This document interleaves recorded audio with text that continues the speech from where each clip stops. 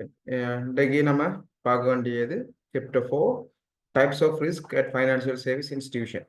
இப்போ நீங்கள் மற்ற பாடங்கள்லையும் படிச்சிருப்பீங்க. ரிஸ்க்குண்டா என்ன சொல்லி படிச்சிருப்பீங்க, அதை எப்படி மேனேஜ் பண்ணுறதும் படிச்சிருப்பீங்க. நாம இப்போ பார்க்க வேண்டிய ரிஸ்க் வந்துட்டு இந்த இந்த சப்ஜெக்டில் பார்க்க வேண்டிய ரிஸ்க் வந்துட்டு ஸ்பெஷலாக ஃபைனான்சியல் சர்வீஸ் இன்ஸ்டிடியூஷன்ஸ், பேங்க். அதில் பெரும்பாலும் இந்த பேங்குகள் என்ன வகையான ரிஸ்க்குகளை எதிர்கொள்ளுதுங்கிறத பற்றி நம்ம பார்த்துக்கொள்வோம்.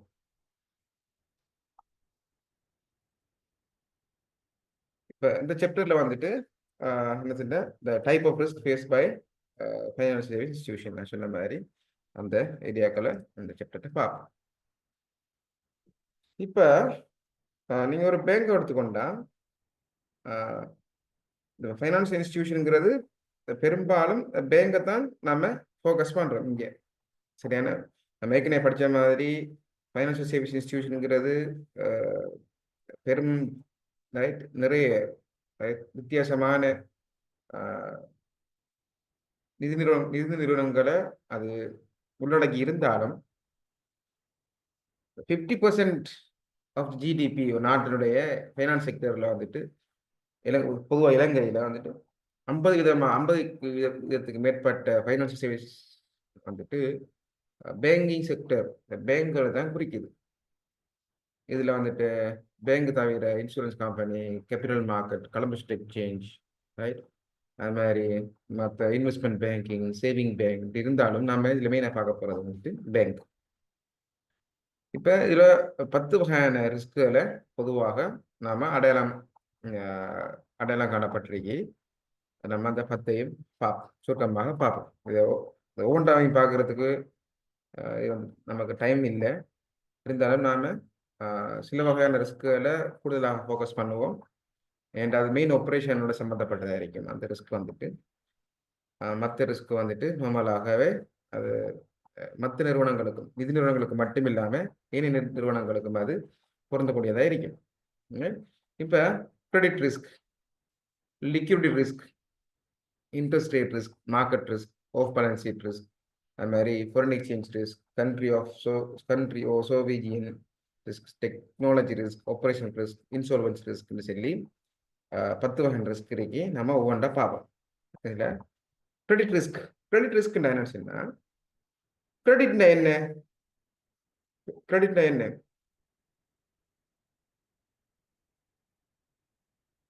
பொதுவாக நம்ம கிரெடிட் சொல்லி தான் சொல்லுவோம்.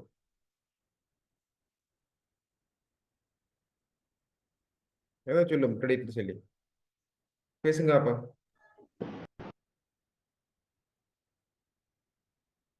கிரெடிட் சொல்லி தான் சொல்லுவோம்.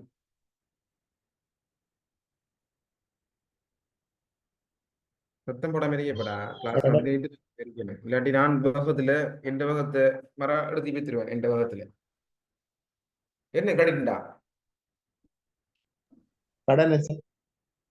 அப்ப கிரெடிட் ரிஸ்க் எப்ப வரும்? கிரெடிட் ரிஸ்க் நிறுவனத்துக்கு ஒரு நாளைக்கு கிரெடிட் ரிஸ்க் எப்ப வரும்? இன்கமுக்கு மேல செலவு போற. அதுக்கு நான் ஆரம்பத்தில் சொன்னேன் என்னன்னு சொன்னா, இப்ப நம்ம பார்க்க போறது மெயினாக பார்க்க போறது என்ன, இந்த பேங்க்ல பார்க்க. பேங்க்ல அந்த ஆப்ரேஷன் எப்படி இருக்கும்? இப்போ 2 வகையான ஆக்கள், 2 வகையான ஸ்டேக் ஹோல்டர் இருப்பாங்க. ஒன்று இதில் விளங்கி கொள்ளணுமா பண்ணிடுறீங்க.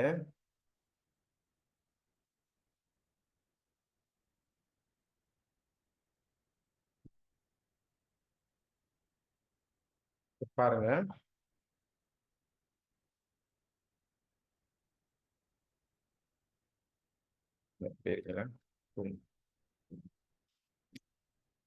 கனெக்ட் போர்ட், ரைட்டிங் போர்ட்டை கொஞ்சம் கனெக்ட் பண்ணிடுங்க.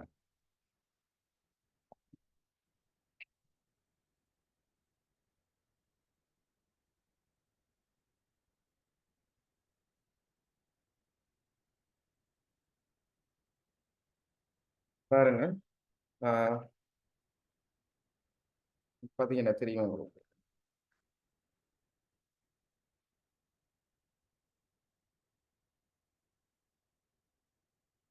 இப்போ பேங்க் வந்துட்டு இப்போ தான் நீங்கள் ஃபங்க்ஷன் பண்ணுறது. இங்கே ஒரு பார்ட்டி வந்துட்டு ஒரு பார்ட்டியை வந்துட்டு என்னது சர்ப்ளஸ் எரிப்பாங்க. சர்ப்ளஸ்னா என்ன சர்ப்ளஸ்ண்டா என்ன சர்ப்ளஸ்ண்டா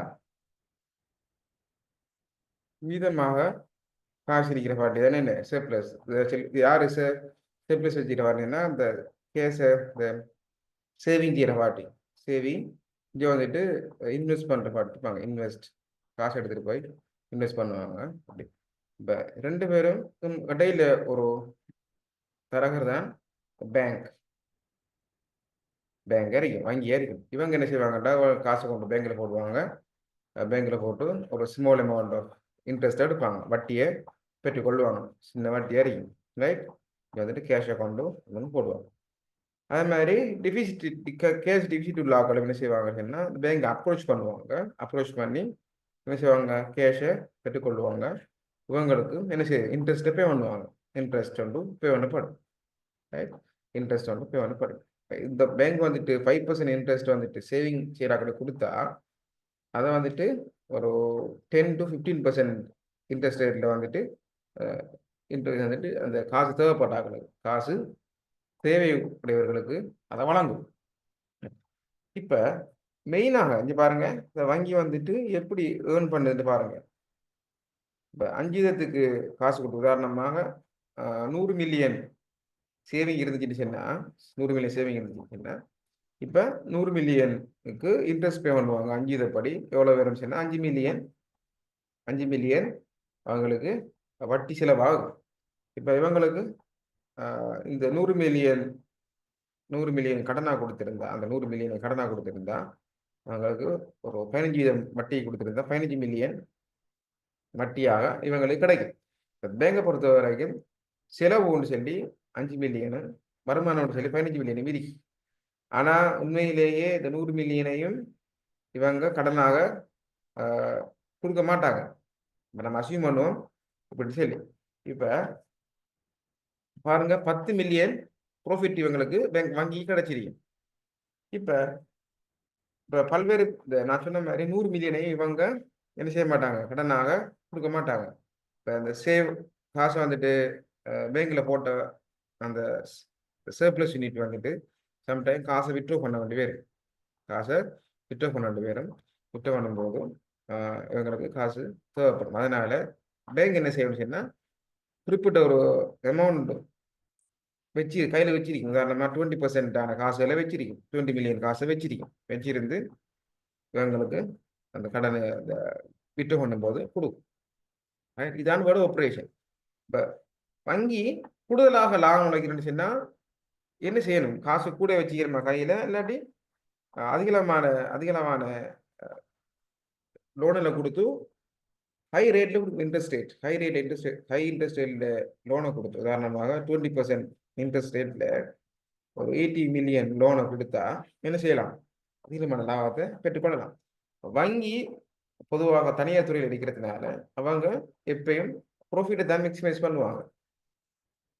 ப்ராஃபிட் மேக்சிமைசேஷனா இருப்பாங்க. அப்போ நிறுவனம் எப்பயும் அதிகூடிய லாபத்தை பெற்றுக்கொள்றதுக்காக தான் காத்துட்டு இருக்கு.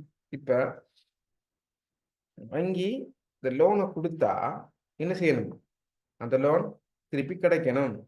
எதோட திருப்பி கிடைக்கணும்னு சொன்னால் அந்த கொடுத்த லோன் பிரின்சிபல் அமௌண்ட் என்ன முதலோட சேர்த்து வட்டியும் கிடைக்கணும். வட்டி கிடைச்சா தான் இந்த வங்கி என்ன செய்யலாம், லாபம் அழைக்கலாம். இப்போ இந்த 100 மில்லியன் காசுல 100 மில்லியன் சேவிங் போயிருக்கு. அதில் 80 மில்லியன் கடனாக கொடுத்துருக்காங்க. 20 மில்லியனை வச்சிருந்து 80 மில்லியனை கடனாக கொடுத்துருக்காங்க. யாருக்குன்னு சொன்னால் கஸ்டமருக்கு கடனாக கொடுத்துருக்கு. கடன் கொடுக்கும்போதும் இப்போ இந்த 80 மில்லியன் கடன் வாங்கின கஸ்டமர் வந்துட்டு பேங்க்ரப்சி சொன்னால் வங்குரோத்து நிலைமையை அடையலாமா. வங்குரோத்து நிலைமையை அடைஞ்சா வங்கி திருப்பின்னு செய்யலாது, காசை பெற்றுக்கொள்ள நிலைமையில இருக்கும். வங்கிக்கு முதலும் இல்லை, அசலும் இல்லை, வட்டியும் இல்லை, இந்த நிலைமைக்கு ஆகும். அப்படி ஆயினா அந்த ஆகுற நிலைமை தான் சொல்றது கிரெடிட் ரிஸ்க். கிரெடிட் ரிஸ்க்னு சொல்லுவாங்க. சரியான ஒரு வங்கி மட்டுமில்ல, நிதி சேவையில் ஈடுபடுற எந்த நிறுவனத்துக்கும், எந்த நிறுவனமும் கடனா கொடுக்கும்போது, ரைட்? கடனா கொடுக்கும்போது வழங்கப்படுற கடன் திருப்பி செலு செலுத்தாம இருக்கிறதுக்கான அந்த தன்மை தான் என்னன்னு சொல்லி கிரெடிட் ரிஸ்க்னு சொல்லுவாங்க. சரியா? விளங்கிச்சா உங்களுக்கு இது? விளங்கிச்சா? கிரெடிட் ரிஸ்க் என்னன்னு சொல்லி இப்ப? ஒன்றும் பேசுறீங்கல்ல நீங்க. ஒன்றும் பேசாட்டி அப்படியே நீங்க ஆம் சார். பேசாம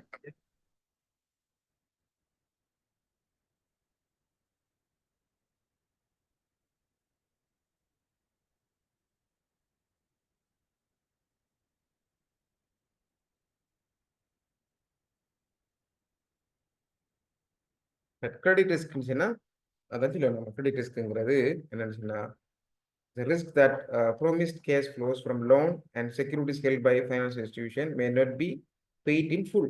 இந்த கடன் கொடுத்திருப்பான், கடன் வாங்கினவன் சொல்லியிருப்பான், நான் காசு தருவேன், 2 இயர்ஸுக்கு பிறகு காசையும் வட்டியையும் தருவேன், அசலையும் இதையும் தருவேன் ப்ரொமிஸ் பண்ணியிருப்பான். ப்ரொமிஸ் பண்ண காசை என்ன செய்ய மாட்டான், திருப்பி கொடுத்துருக்க மாட்டான். இது லோனுக்கு மட்டும் பொருத்தம் இல்லை, இது இல்லை. பேங்க் லாபம் அளிக்கிறதுக்காக வேண்டி என்ன செய்ய முடியும்னா சில அமௌண்ட்டுகளை வந்துட்டு பங்கு சந்தைகளில் பங்குகளாகவோ அல்லது என்ன தொகுதி கணக்குலையோ போட்டிருக்கும். அப்படி போட்ட காசு வந்துட்டு இல்லாம போகலாம். அப்படியான தானே இது. அது ஃபுல் இல்லை. உதாரணமா 800 மில்லியன் லோன் கொடுத்து அதுல ஒரு என்ன ஒரு 20 மில்லியன் அல்லது ஒரு 40 மில்லியன் லோன் கிடைக்காம இருந்தாலும் என்னது, அதுவும் கிரெடிட் ரிஸ்க் தான். கொடுத்த காசு இல்லாம போறது தான் என்னது கிரெடிட் ரிஸ்க்னு சொல்லுவாங்க. இப்ப financial institution make loan O by bond. இப்ப ஃபைனான்சியல் நிதி நிறுவனங்கள் அல்லது பேங்குகள் வந்துட்டு லாபம் வைக்கிறதுக்காக வேண்டி கடன் கொடுக்கும் அல்லது பொண்டுகளை வாங்கி போடும். அது வந்து பெரும்பாலும் நீண்ட கால கடன்களுக்கு தான் அது கூட கிரெடிட் ரிஸ்க் கூட இருக்கும். நீங்க பாருங்க, ஒரு ஆளுக்கு பேங்க் கடன் கொடுக்குது. அந்த கடன் கொடுக்குற வந்துட்டு எப்படி சொன்னா, கடன் கொடுக்குது இப்படி ஒரு ஆளுக்கு ஏங்கிற ஒரு கஸ்டமருக்கு 1 இயர் 1 மந்த் லோன் கொடுக்குது. பிங்கிற கஸ்டமருக்கு 5 இயர்ஸ் லோன் கொடுக்குது. இப்போ இதில் எந்த லோன் வந்துட்டு ஹை ரிஸ்க் அறியும்? 1 இயர் லோன், ஏங்கிறது 1 இயர் லோன், பிங்கிறது 5 இயர்ஸ் லோன். இப்போ யாரு எந்த கஸ்டமர் ரிஸ்கியான கஸ்டமர், எந்த காசு கிடைக்கும், எது பெரும்பாலும் கிடைக்க மாட்டா? சொல்லுங்க பாப்போம். இப்போ உங்களோட ஃப்ரெண்ட் ஒரு ஆள் காசு கேட்காரு, நாளைக்கு தாரேன்னு சொல்றாரு, ரைட்? ஒரு 10,000 காசு தாங்க, நாளைக்கு தாரேன், ஒரு நாளில் தருவேன்னு சொல்றாரு. இன்னொரு ஃப்ரெண்டு கேட்காரு, 10,000 ரூபா தாங்க, நான் வந்துட்டு நெக்ஸ்ட் இயர் தருவேன், அது சரியான 2 இயர்ஸ்ல அல்லது ஒரு 10 நாள் தருவேன்னு சொல்றாரு. 10 டேஸ்ல 10 டேஸ், இது 1 டேல தரேன்னு சொல்றாரு. ரைட்? இவர் ஏ, இவர் பி. இதில் சொல்லுங்க அப்போ யார காசு ரிஸ்க் கூட? வீர கஸ்டமர் இருக்குது. பி பி கஸ்டமர் நீங்க பீட்டா ரிஸ்க் கூட இருக்கும். ஏன்? இப்போ நீங்க காசு ஒரு 10 நாளைக்கு கேட்க மாட்டீங்க காசு. ஏக்கு காசு கொடுத்தீங்கன்னு சொன்னா டே கொடுத்து போட்டு டே கொடுத்து போட்டுன்னு செய்வீங்க, இப்படி கண்ணுக்கு கொடுத்தா இருக்காருன்னு சொல்லி நாளைக்கு கிடைச்சிரும் நம்பிக்கையில கொடுத்துருப்பீங்க. அது பெரும்பாலும் நாளைக்கு அது கிடைக்கும், ரிஸ்க் குறையும். ஆனா 10 நாளுங்க போகக்குள்ள நீங்க அந்த 10 நாளைக்கு நீங்க கவனிக்க மாட்டீங்க. 10 நாளைக்கு பிறகு காசு நம்ம கிடைக்கும் இந்த அடிப்படையில இருப்பீங்க. அந்த 10 நாளைக்குள்ள என்ன செய்யலாமா வரும், டிசப்பியர் ஆகலாம். இது வந்துட்டு உங்களுக்கு பர்சனலாக உள்ள விஷயம். ஆனா அந்த பேங்குகள் ஒரு நாளைக்கு 10 நாளைக்கு லோன் கொடுக்குற இல்லை. ஏங்கிற கம்பெனி, ஏங்கிற பேங்க், ஏங்கிற கம்பெனிக்கு பேங்க் வந்துட்டு 1 இயர் லோன் கொடுக்குது. 1 இயர் லோன் கொடுக்குது. பி என்கிற கம்பெனிக்கு 5 இயர்ஸ் லோன் கொடுக்குது. இதுல எந்த கஸ்டமர், ஏயா பியா ரிஸ்க் கூடினது? எது? பி ஏயா பியா? B B.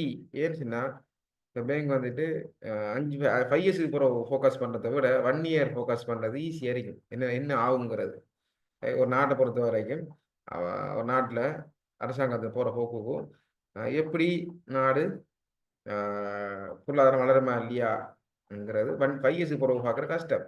ஆனால் நெக்ஸ்ட் இயர் நாட்டை பொருளாதாரம் வளருமா இல்லையான்னு சொல்கிறது நம்ம கெஸ் பண்ணலாம். ஓரளவு நாட்டில் போக்க வச்சு நம்ம கெஸ் பண்ணலாம். சரியா? அப்போ அதுதான் என்னன்னு சொன்னால் இந்த லாங் மெச்சூரிட்டி உள்ள லோனுகளுக்கும் லாங் மெச்சூரிட்டி இருக்கிற அந்த கடன் பத்திரங்களுக்கும் இந்த ரிஸ்க் கூட இருக்கு. சரியான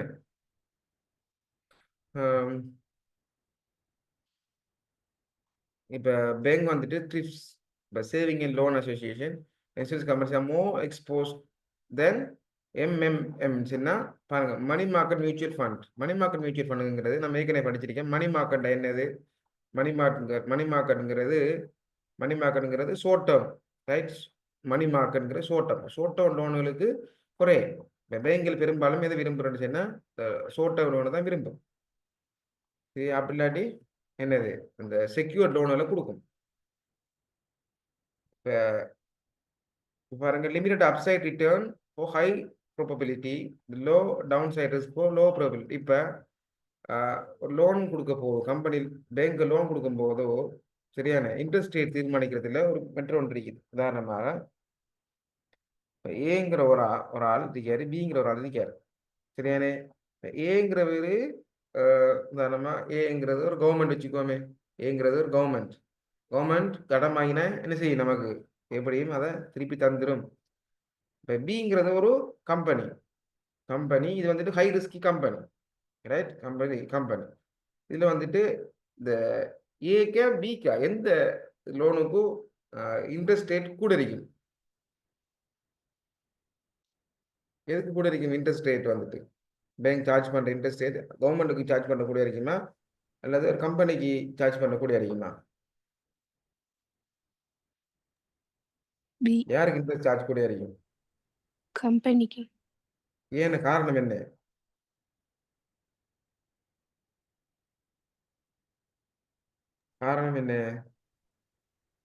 நம்பிக்கை. கவர்மெண்ட் வந்து நம்பிக்கை வரைக்கும் கவர்மெண்ட் கொடுத்த காசு எப்படியும் நமக்கு தரும். எந்த கவர்மெண்ட் வந்தாலும் நமக்கு காசு கிடைக்கும் அடிப்படையில் நீங்கள் எடுக்கும். ஆனால் கம்பெனி என்ன செய்யும்? சம்டைம் வந்துட்டு பேங்க் கம்பெனி வந்துட்டு லொஸ்ட் ஆனிச்சுட்டா உங்களுக்கும் காசு கிடைக்கிறதுக்கு சாத்தியம் குறையும். அதே மாதிரி இப்போ ஏங்கிற ஒரு அது பிஸ்னஸ் செய்யுது, வளமையாக மேனுஃபேக்சரிங் செய்கிற பிஸ்னஸ், ரைட்? ஒரு பிஸ்கெட் ப்ரொடியூஸ் பண்ணுற ஒரு கம்பெனியாக இருக்கும். பிங்கிறது ஒரு கம்பெனி, இது வந்துட்டு இந்த பிட்காயின் வாங்கி விற்கிற மார்க்கெட்டில் பிட்காயின் கேள்விப்பட்டிருக்கீங்க. பிட்காயின்கள் ஹை ரிஸ்கி கம்பெனி. இப்போ 2 பேருக்கு 100 மில்லியன் லோன் கேட்டு பேங்க்கு வராங்க. இப்போ கம்பெனி ஏ கம்பெனிக்கு பி கம்பெனி இதில் எந்த கம்பெனி அதிகமான இன்ட்ரெஸ்ட் ரேட்டை கொடுக்க வேண்டியது இருக்கும்?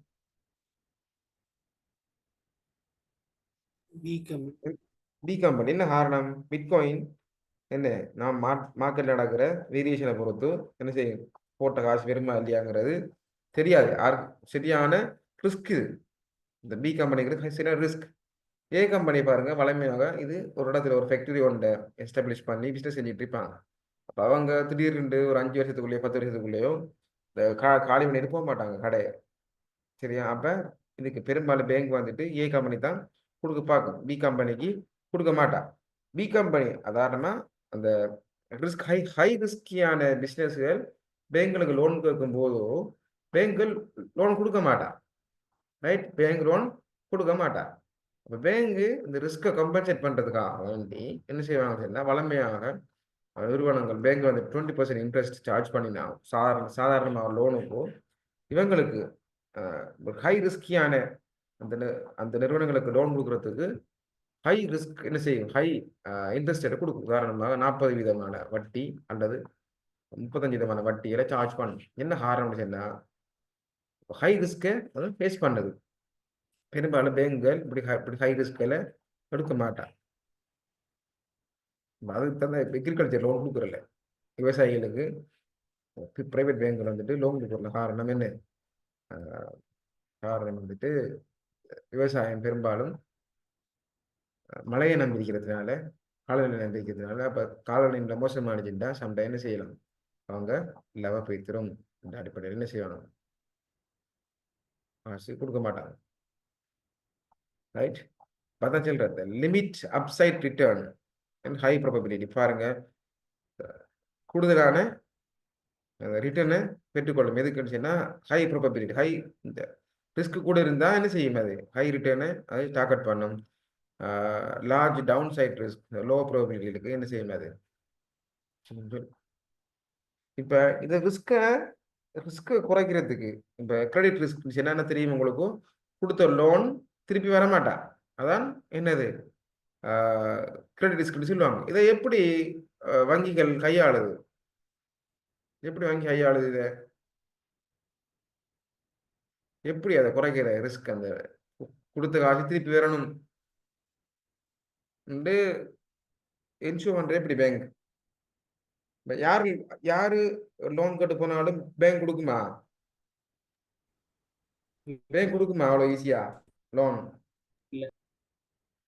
அப்ப என்ன செய்யும், நான் லோன் கேட்டா என்ன செய்யும்,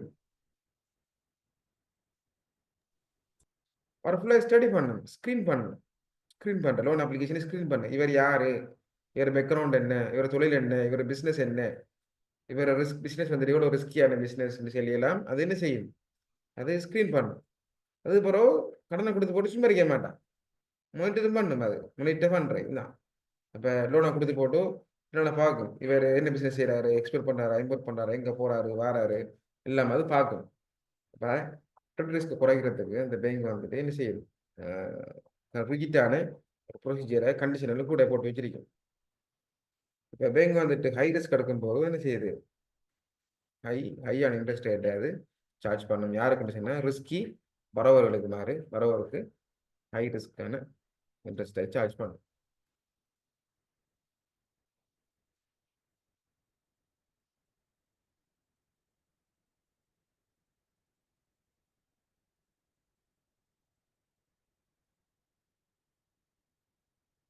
Right.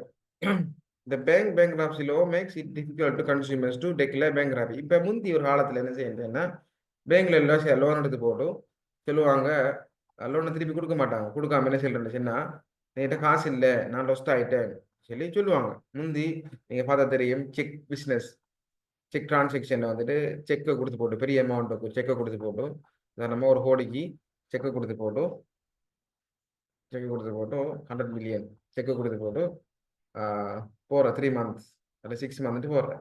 6 மந்த்து போகிற இந்த செக்கை பேங்க்கில் போட்டால் பேங்க் க்ளோஸ்னு சொல்லும்.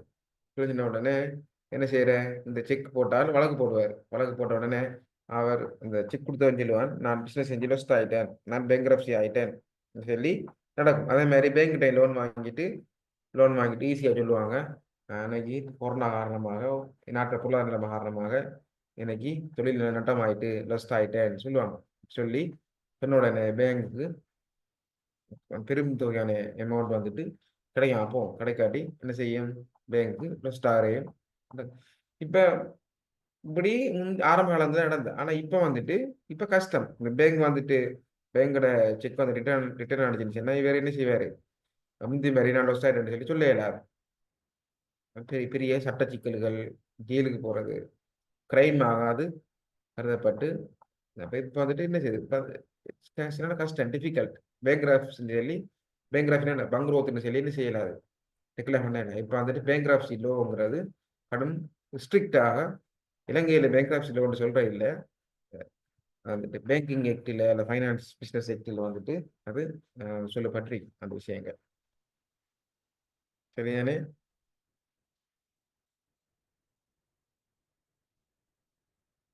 ரைட்.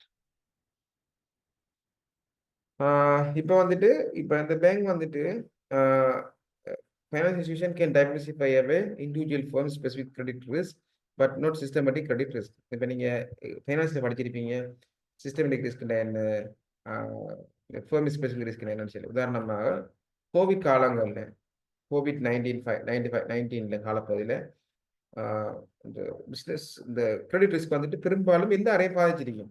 ரைட், எல்லாரையும் பாதிச்சிருக்கும். இலங்கையில் இருக்கிற சகல மக்களையும் சகல வியாபாரத்தையும் பாதிச்சிருக்கும். அப்படியான ரிஸ்கில் சொல்றது சிஸ்டமேட்டிக் ரிஸ்க்னு சொல்லுவாங்க. சிஸ்டமேட்டிக் ரிஸ்க் எல்லாருக்கும் பொதுவான ரிஸ்க். இது வந்துட்டு இந்த பேங்காலையோ யாராலையோ இதை வந்துட்டு கட்டுப்படுத்த இயலாது. அந்த ரிஸ்க் வந்துட்டு மேனேஜ் பண்ணுறது கஷ்டமே இருக்கும்.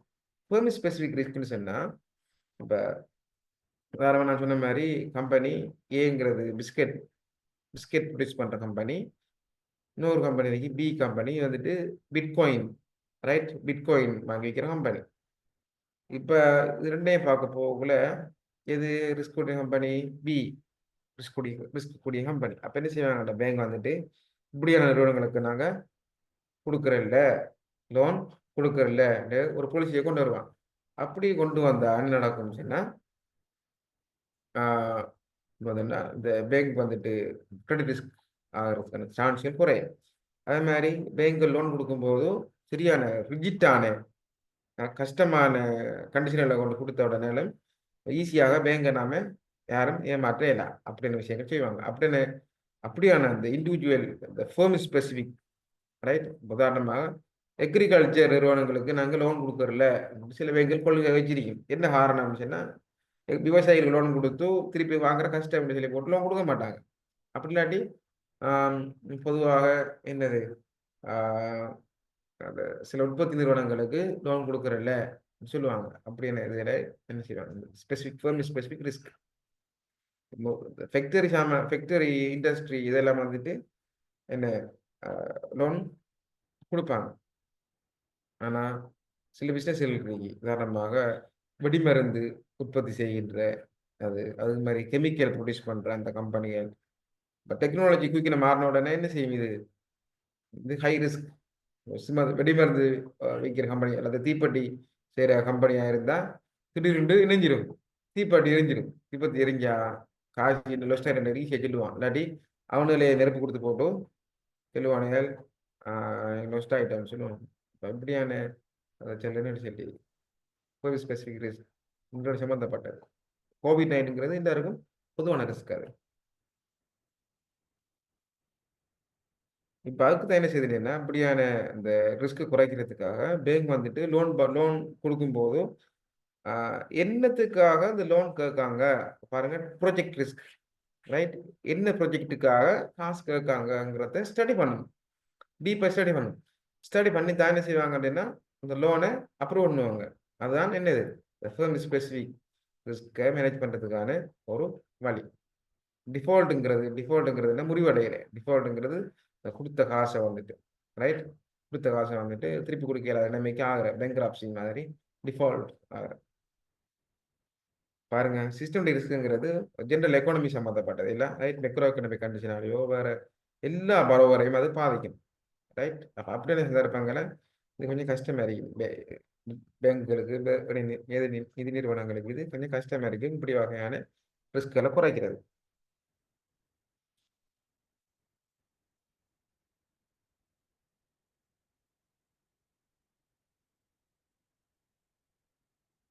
அடுத்தது லிக்யூடிட்டி ரிஸ்க்.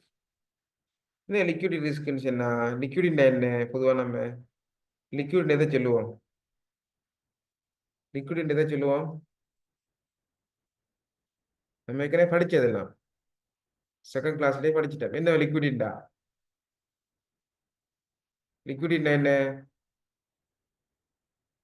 படிக்க மாட்டீங்க. பணத்துல திரவத்தன்மை. ஆமா, திரவத்தன்மை காசை காத்த வச்சுக்கிறேன். நான் சொன்ன மாதிரி இப்ப பாருங்க, இந்த சேவிங் செஞ்சவன், காசு மிச்சம் இருக்கிறவன் பேங்குக்கு போவான். பேங்குக்கு போய் காசை கொண்டு போடுவான். அதுக்கப்புறம் பேங்க் வந்துட்டு கடன் கொடுக்கும், கிரெடிட் கொடுக்கும். இப்போ சேவிங் இப்போ போட்ட உதாரணமாக 100 மில்லியன் காசு போட்டிருந்தா 100 மில்லியனையும் இங்கே கடன் கொடுத்தா, ரைட், 100 மில்லியனையும் கடன் இங்கே வாங்கி இங்கே கொடுத்தா இப்போ சேவிங் செஞ்ச என்ன செய்வான், காசு விட்டு வருவான். காசு விட்டு வந்தா என்ன செய்யற, காசு இப்போ பேங்க் போய் இப்போ பாருங்க, இந்த இவன்ட்டு இருந்து சேவிங் செஞ்சவன்ட்டு இருந்து கஸ்டமர் டெபாசிட் பண்ணவன்ட்டு இருந்து 100 மில்லியன் காசு வாங்கி இவன்ட்ட கொடுத்தா இப்போ இவன் கேட்டு வாரான் காசி விட்டு பண்ண போறேன்ட்டு வாரான். விட்டு பண்ணி வந்து இவன் வந்து விட்டு பண்ண போறேன்னு கேட்கான். இப்போ பேங்கு யாரு கடன் கொடுத்துச்சோ அவன்கிட்ட போய் இங்கே வாங்க, இந்த எங்களோட டிபாசிட்டர் வந்துட்டு காசு கேட்காரு, கொஞ்சம் தாங்கன்னு சொல்லி கேட்கலாமா? பேங்க் போய் கேட்கலாமா? இல்ல. கால் பண்ணி கஷ்டம், சாத்தியம் இல்லை. இப்போ இந்த நிலைமையில வந்துட்டு அப்போ சேவிங் செஞ்சவன் அதுக்காக தானே செய்யற. ஒரு ஆள்கிட்ட இருந்து நிறைய பெற மாட்டான். சேவிங் நிறைய நிறைய பேர் ஆக்கள் பண்ண நிறைய பெரிய சேவிங். அப்போ ஒருத்தன் வந்துட்டு 100 மில்லியன்ங்கிறது பூல்ல என்ன எல்லாரையும் சேர்த்து காசானது அது. ரைட், ஒருத்தர்கிட்ட 100 மில்லியன், சரி ஒரு ஆள்கிட்ட 10,000 20,000 5,000 உண்டு, மொத்தமாக சேர்த்து அந்த காசு பூல் ஆஃப் ஃபண்ட் சொல்லுவாங்க. இந்த பூல் ஆஃப் ஃபண்ட்ல இருந்து இப்போ 1000 கஸ்டமர் இருக்குன்னு சொன்னா 1000 கஸ்டமர்ல வந்துட்டு ஒருத்தன் வந்து ஒரு 10 பேர் வந்துட்டு பேங்க் அப்ரோச் பண்ணுவான். பேங்க் அப்ரோச் பண்ணி எந்த காசை தாங்கன்னு கேட்பான். அப்போ மொத்தமாக டிபாசிட் பண்ண காசு 100 மில்லியன், 100 மில்லியன் கடனாக கொடுத்தா அப்போ இதில் கொஞ்சம் பேர் 1000 பேரில் ஒரு 10 பேர் வந்து விட்ரோ பண்ண போறேன்னு சொல்லுவான். காசை விட்ரோ பண்ண போறேன்னு சொல்லுவான். விட்ரோ பண்ணும்போது காசு இல்லைன்னு சொன்னா என்ன செய்ய நடக்கும்? இப்போ இந்த 10 பேர் ஓடி போய் 1000 பேரை சொல்லுவான். சொன்னாலே நம்ம முழு பேர் வந்து என் காசை தான்னு கேட்பான். கேட்டா பேங்க் என்ன செய்யணும்? மூடிக்கிட்டு போக வேண்டி வரும். பேங்க் போகிறதுக்கு முன்னே பேங்க் வந்துட்டு திடீர்னு கஷ்டம், இந்த யாருக்கு லோன் கொடுத்தாங்களோ அவங்கள்ட்ட காசு கேட்கவே திருப்பி தெரிய மாட்டான். 5 இயர்ஸ்க்கு லோனை கொடுத்து போட்டு 1 மந்த்ல 1 இயர்ல காசு கட்ட தருவாங்களா? கடன் எடுத்தாங்க தர மாட்டாங்க. அதனால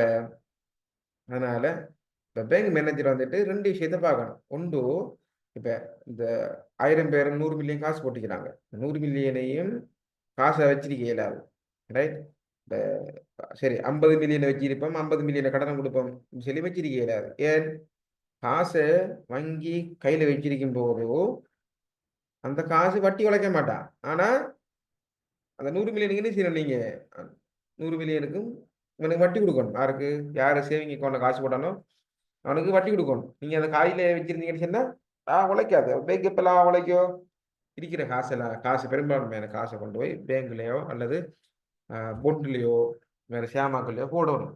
போட்டால் தான் அது காசு உழைக்கும், ஏர்ன் பண்ணும். அதனால் இப்போ என்ன பிரச்சனை உங்களுக்கு வழங்கணும்? வங்கி இருக்கிற காசு எல்லாத்தையும் கொண்டு போய் லோன் கொடுக்கவே இல்லை. இருக்கிற காசு எல்லாத்தையும் வச்சிருக்கவே இல்லை. அப்படியே கையில் வச்சிருந்தா நட்டம். அப்போ என்ன செய்யணும்னா ஒரு என்ன பொதுவாக வங்கிகள் 20 விதமான காசை கையில் வச்சிருக்கும். 80 விதமான காசுகளை என்ன செய்யணும் சொன்னால் லோன் கொடுத்துருக்கும். சரியா? 80 லோன் கொடுக்குறேன்னு சொன்னால் 80 வீதம் இல்லை, அதுக்குள்ள ஒரு 50 விதமான காசு தான் லோன் கொடுத்துருப்பாங்க. 30 விதமான காசு கொண்டு போய் இந்த லோன் அது பேங்க் இன்ஸ்ட்ருமெண்ட்ல வச்சிருப்பாங்க, பாண்டு அப்படி வச்சிருப்பாங்க. இப்போ ஏன் இப்படின்டா பாருங்க, சம்டைம்ஸ் சீசன் மாறக்குள்ள சீசன் உதாரணமாக இந்த ஃபெஸ்டிவல் சீசன் அப்படின்னு வரும்போது அல்லது எக்ரிகல்ச்சர் அந்த ஹார்வெஸ்டிங் சீசன் வரும்போது என்ன செய்வாங்கன்னா நிறைய கஸ்டமர் அதை என்ன செய்வாங்க? காசை வித்ட்ரா பண்ணுறது வருவாங்க. வித்ட்ரா பண்ண வரும்போதோ 20% காணாது. 20% காணா. அப்போ என்ன செய்வாங்கன்னா 30%ஆக மாறும். அப்படி மாறும்போதும் இப்போ லோன் கொடுத்த காசு திருப்பி எடுக்கலாவே. அப்போ என்ன செய்வாங்க? பேங்க் அந்த பொண்டு அல்லது ஷேமாக்கள் வச்சிருப்பாங்க காசு, அதை கொண்டு போய் காசை கரைக்கலாம். இப்படி கரைக்கலாம்னு சொன்னால் மார்க்கெட்டில் விற்கலாம். அதை ஷேர் மார்க்கெட்டில் விற்று போட்டு காசை கொண்டு வரலாம். இப்போ சில டைம்களில் 10 விதமான காசு வச்சிருக்கணும். சில வங்கிகிறத பொறுத்து, வங்கிற மேனேஜர் ஆளுமையை பொறுத்து. மேனேஜர் வந்துட்டு கூட காசு வச்சிருக்கையும் போட, குறைய காசு வச்சிருக்கையும் போட, தேவைக்கு குறைய. ஒவ்வொரு தேவைக்கு கூட காசு வச்சிருந்தா வட்டி கொடுக்க வேண்டி வரும், உழைக்க வேண்டிய லாபம் மிஸ் ஆகிடும். குறைய காசு வச்சிருந்தா கஸ்டமர் காசு கேட்கும்போது கொடுக்குறது காசு இல்லை, ஆனால் வட்டி கொடுத்ததால நிறைய வட்டி உழைச்சிட்டு இருக்கு. அப்போ அப்படி காசு மீட் பண்ண இல்லாமல் அந்த கஸ்டமர் கையில் காசு போதாம போய் கஸ்டமர் விட்ரோ பண்ணும்போது காசு கொடுக்கலாம் இருந்தால், அதாவது கையில் போதுமான அளவு காசு இல்லை, என்னன்னு சொல்லி லிக்விடிட்டி ரிஸ்க்னு சொல்லுவாங்க. விளங்கிச்சா உங்களுக்கு? விளங்கிச்சா லிக்விடிட்டி ரிஸ்க் வந்துட்டு என்ன விளங்கலையா? லிக்விடிட்டி ரிஸ்க் கதைங்களேன், கதைக்கிங்க இல்லையே. விளங்கிட்டு சார். ரெஸ்பாண்ட் பண்ணுங்க. நம்ம கேட்டு இல்லாட்டி யூடியூப்ல நிறைய வீடியோ இருக்கு, அதை பார்க்கலாம். ஓ சார், நிறைய நோட்ஸ் வருது. இன்னைக்கு படிக்க வேண்டிய அவசியம் இல்லை, யூடியூப்ல இருக்கு நிறைய வீடியோ, அதெல்லாம் பார்க்கலாம். ஆன்லைனுக்கு வர எனக்கு இல்லாட்டி நானே ரெக்கார்ட் பண்ணி போடுவேன், பாருங்க. இல்லாட்டி நானே டவுன்லோட் பண்ணி அனுப்புவேன், யூடியூப் வீடியோ இருக்கு பாருங்க. அதுக்கு தேவையில்லை. கிளாஸ் வந்துட்டு இன்டராக்டிவ் வரைக்கும் செஷன், ரைட். இப்போ வந்துட்டு லிக்விட் ரிஸ்க்குங்கிறது இந்த சடன், பாருங்க சடன். நம்ம உதாரணமா அந்த பேங்க்ல காசு விட்ரோ பண்றவன் நமக்கு சொல்லிவிட்டு வர மாட்டான், எஸ்எம்எஸ் பண்ணி போட்டு வாட்ஸ்அப் பண்ணி போட்டு வர மாட்டான், சரிதானே? காசு எடுக்க வர போறான்னு வந்தது போறான்னு தெரியும், காசு வேற போறான்னு. அது மாதிரி லோன் எடுக்க வரான்னு சொல்லுவான். லோன் எடுக்க வரான்னு சொல்லி கொடுத்தா வருவான். லோன் வரும்னு சொன்னா ஒரு அப்ளிகேஷனை போட்டு கொடுத்து போறேன் லோனு. ஆனால் விட்ரோவலுக்கு அப்ளிகேஷன் போற இல்லையே, அங்கே சிலித்த நிரப்புறேன், ரைட். அப்பதான் இந்த sudden unexpected increase in liability withdrawals. லைபிலிட்டிங்கிறது என்னது? டிபாசிட் பண்ணவன் டிபாசிட் பண்ணது பேங்குக்கு லைபிலிட்டி. நம்ம படிப்போம் லைபிலிட்டி மேனேஜ்மெண்ட் பேங்க்ல. என்ன இந்த ஃபைனான்ஸ் இன்ஸ்டிடியூஷன் வந்துட்டு பேங்க் வந்துட்டு பொதுவளமான லிக்விட் அசெட்ங்கிறது கேஷ் கையில் வச்சுக்கணும். அப்படி இல்லாட்டி இந்த கேஷாக மாற்றக்கூடிய வகை, உதாரணம்னா ஸ்டாக் மார்க்கெட்டில் இருக்கிற ஷேர்கள், இதுவும் என்ன செய்யலாம், குயிக்காக காசாக மாற்றக்கூடியது.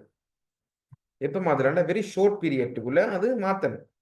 ஷேரை பொறுத்த வரைக்கும் வந்து ஷார்ட்டாக வெரி குயிக்காக மாற்றலாம். இப்போ பேங்க் ஏன் அந்த கையில் காசு வச்சுக்கிறேன்னு சொன்னால் டே டு டே விட்ரோவல், ஒவ்வொரு நாளும் டிபாசிட் பண்ணாக்கள் வந்துட்டு காசை கேட்பாங்க. Day to day withdrawal, usually large withdrawals by depositors can create liquidity problem. இப்போ பேங்குக்கு இந்த பிரச்சனை வார என்ன பிரச்சனை, இந்த விட்ரோவல் பிரச்சனை, அந்த லிக்விடிட்டி பிரச்சனை வார எப்படின்னு சொன்னால், இப்போ ஒரு பெரிய பணக்காரன் இருக்கார், உதாரணமாக குமார் சங்கக்கார ஒரு பெரிய ஸ்டார், ஒரு கிரிக்கெட் ஸ்டார். அவர் வந்துட்டு பெரிய அமௌண்ட் வந்து பீப்புள்ஸ் பேங்க்ல வச்சுக்கலாம். உதாரணமாக 100 கோடி, ரைட். 100 கோடி காசை நினைஞ்சிக்கலாம், வச்சிருந்தா இப்போ வேறு ரெஸ்டாரண்ட் ஓப்பன் பண்ண போறாரு, இன்னொரு ரெஸ்டாரண்ட் அல்லது இன்னொரு பிஸ்னஸ் ஒன்று யூரோப்பில் ஸ்டார்ட் பண்ண போறாருன்னு சொன்னா, இவர் என்ன செய்வார், இந்த பேங்கில் போய் இந்த 100 மில்லியனை விட்ரோ பண்ண போறேன்னு சொல்லி போய் கேட்குறாரு. போய் கேட்ட உடனே பேங்க் என்ன செய்யும், பேங்குக்கு ஒரு பெரிய பிரச்சனையை ஏற்படுத்தும். பேங்க் வந்துட்டு 100 மில்லியன் 10 பில்லியன் காசு வந்துட்டு வச்சிருக்க மாட்டா, 1 பில்லியன் வச்சிருக்க மாட்டா காசு. இப்போ என்ன செய்யற, என்ன ஒரு பிரச்சனை ரெண்டு பேர். அதான் என்ன லார்ஜ் விட்ரோவல், அன்யூஷுவலி லார்ஜ் விட்ரோவல் வந்துட்டு ஏற்படும். இப்போ என்ன செய்யணும்னா, இந்த இது அதை மேனேஜ் பண்றதுக்காக வேண்டிய ஒன்று வந்த கஸ்டமரை கொஞ்சம் வெயிட் பண்ண சொல்லணும், சரிதானே? வெயிட் பண்ண சொல்லணும். அப்படி இல்லாட்டி பெரும்பாலான ஸ்டாக்குகளை இல்லாட்டி இந்த பேங்குகள் காணிகள் வாங்கி போட்டிருக்கும், அதில் விற்கும். இன்னொரு பேங்குக்கு போய் லோன் எடுத்து அந்த காசு திருப்பி கொடுக்குற, அதுக்கு கொஞ்சம் டைம் தேவைப்படும். அப்போ அதுலாம் அந்த லிக்விடிட்டி இஷ்யூகளை ஏற்படுத்துற திடீர்னு. Supply of purchased of borrowed fund decline. இப்போ ஷேர் மார்க்கெட்டில் வந்துட்டு வாங்கின ஷேர் வந்துட்டு என்ன செய்யலாம், சிலாருன்னு குறைஞ்சிட்டு போகலாம், விலை குறைஞ்சி போனாலும் அந்த பிரச்சனை வேறு. Supply of purchased of borrowed fund decline. இப்போ இன்னொரு பிரச்சனை ஒன்று இருக்கும். இப்போ வளமையாக இந்த டிபாசிட் பண்ணுறாங்க, வளமையாக டிபாசிட் பண்ணிட்டு இருக்கிறேன், டிபாசிட் பண்ணிட்டு இருந்தது வளமையாக வருஷத்துக்கு இல்லாட்டி ஒரு மாதத்துக்கு 50 மில்லியன் டிபாசிட் வர, ரைட். திடீரென்று போட்டிங் காரணமாக அல்லது வேறு ஒரு காரணங்களாக என்ன செய்யறது, 50 மில்லியன் ஆகுது டிபாசிட் சடார்னு வந்துட்டு ஒரு 20 மில்லியனாக குறைகிறது, 10 மில்லியனாக குறைஞ்சி போகிறது. அப்போ என்ன செய்யும் சொன்னா, எதிர்பார்த்த மாதிரி இந்த பேங்க் வந்துட்டு டிபாசிட் பண்ணுவாங்கங்கிற அந்த நம்பிக்கை போய்த்துரு போன பேங்க் வந்துட்டு போதுமான காசு வச்சிருக்க மாட்டேன். ஏன்னு சொன்னா, இந்த டிபாசிட் பண்ணுவாங்க, நம்ம கஸ்டமர் வந்துட்டு பேங்க்ல டிபாசிட் பண்ணுவாங்க எதிர்பார்ப்பு இருந்த பேங்க்கு பெரும்பாலான பெரிய அமௌண்ட் காசை வந்துட்டு லோனாக கொடுத்துருப்பாங்க. ஏற்கனவே இந்த டிபாசிட்டர் வந்துட்டு திருப்பி காசு கேட்கும்போதோ எதிர்பார்த்த டிபாசிட்டர் வந்து வராமல் இருந்ததால என்ன தெரியும், அது பிரச்சனையே படுத்து. பேங்குக்கு தான் இந்த பேங்க் மேனேஜர் பிரச்சனை. பேங்க் மேனேஜர் சில ஆட்களோட சில பெரும்பாலும் பெரிய பெரிய கஸ்டமரோட க்ளோஸாக இருப்பாங்க, ஃப்ரெண்ட்லியாக இருப்பாங்க. பெரிய பெரிய பிஸ்னஸ் மேனோட ஃப்ரெண்ட்லியாக இருக்கிறேன். ஏன் ஃப்ரெண்ட்லியாக இருக்கிறேன்னு சொன்னால் எனக்கு இப்படி இப்போ பெரிய பணக்காரன் பேங்க்கில் காசு போட்டான்னு சொன்னால் மேனேஜர் வந்துட்டு க்ளோஸாக இருப்பார். அந்த பேங்க் மேனேஜர் அடிக்கடி கால் பண்ணி பேசுறது கதைக்கிறது மாதிரி இருப்பார். என்ன காரணம்னு சொன்னால் இப்போ திடீர்னு அந்த பணக்காரன் டெபாசிட் பண்ணுறதும் பெரிய அமௌண்ட்டாக தான் இருக்கும், வித்ட்ரா பண்ணுறதும் பெரிய அமௌண்ட்டாக தான் இருக்கும். இப்போ க்ளோஸ் ரிலேஷன்ஷிப் கொண்டு மெயின்டைன் பண்ணாருன்னு சொன்னால் இப்போ அன்அஃபிஷியலாக சொல்லுவார், எனக்கு இப்போ ஐடியா ஒன்று இருக்கு, இன்னொரு பிஸ்னஸ் ஒன்று ஓப்பன் பண்ண போகிறேன், இன்னொரு கடை ஓப்பன் பண்ண போகிறேன் சொல்லும் போதோ ஒஃபிஷியலாக அன்அஃபிஷியலாக தான் இருப்பார். அப்போ இந்த மேனேஜருக்கு ஐடியா படும், கிட்டத்தில் வந்துட்டு இவர் என்ன செய்யப்படுறாரு, காசு விட்ரா பண்ண போகிறாருன்னு சொல்லி இப்போ மேனேஜர் வந்துட்டு அதுக்கு தேவையான ஏற்பாடுகளை அவர் இன்டிரெக்டாக செஞ்சு வச்சிருப்பார். அப்போ இந்த கஸ்டமர் வரும்போது இந்த மேனேஜர் வந்துட்டு என்ன செய்வாங்க, காசை கொடுப்பார். அப்போ அந்த இஷ்யூ வராது. அதுக்காகத்தான் நீங்கள் பெரும்பாலும் பேங்குகளை பார்த்தீங்கன்னு சொன்னால் இந்த பேங்க் மேனேஜர் வந்துட்டு அந்த ஏரியாவில் இருக்கிற ஆளாக இருப்பார். இப்போ அம்பாறையில் ஒரு மேனேஜர் இருக்கிறது சொன்னால், பேங்க் மேனேஜர் இருக்கிறது சொன்னால் அவர் பெரும்பாலும் அம்பாறை பகுதியை சேர்ந்தவர் தான் இருப்பார். நிந்தூர் பேங்க் எடுத்துக்கொண்டால் நிந்தூர் மேனேஜர் வந்துட்டு நிந்தூர் சார்ந்தாக்கில் தான் இருப்பார் பெரும்பாலும். என்னத்துக்காக சொன்னால் இப்படியான ரிஸ்க்குகளை குறைக்கிறதுக்காக. அது மாதிரி லோன் கட்டு வாராக்களையும் லோன் ஆறு கட்டு வாராங்களோ தெரியாது, நடிகை மாற்றிட்டு போயிடுவாங்க.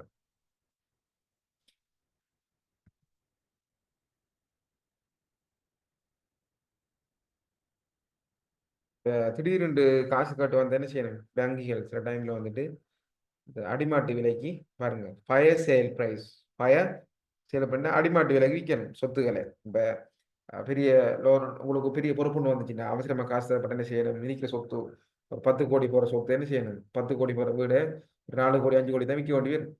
ஏன் அவசரம், ரைட்? அதே மாதிரி நிலைமை பேங்க்கு வாரதான் வராமல் பாதுகாக்கிறது தான் லிக்விடிட்டி மேனேஜ்மெண்ட். போதிய அளவு காசு இல்லாட்டி என்ன செய்யாது, பேங்க் வந்துட்டு சரி எஃபிஷியண்டாக விளங்க, எஃபிஷியண்டாக போகாது பேங்க். அடுத்தது interest rate risk. Interest rate ரிஸ்க்குங்கிறது பாருங்க ஒயிட் ஸ்கிரீன் எடுக்கிறேன்.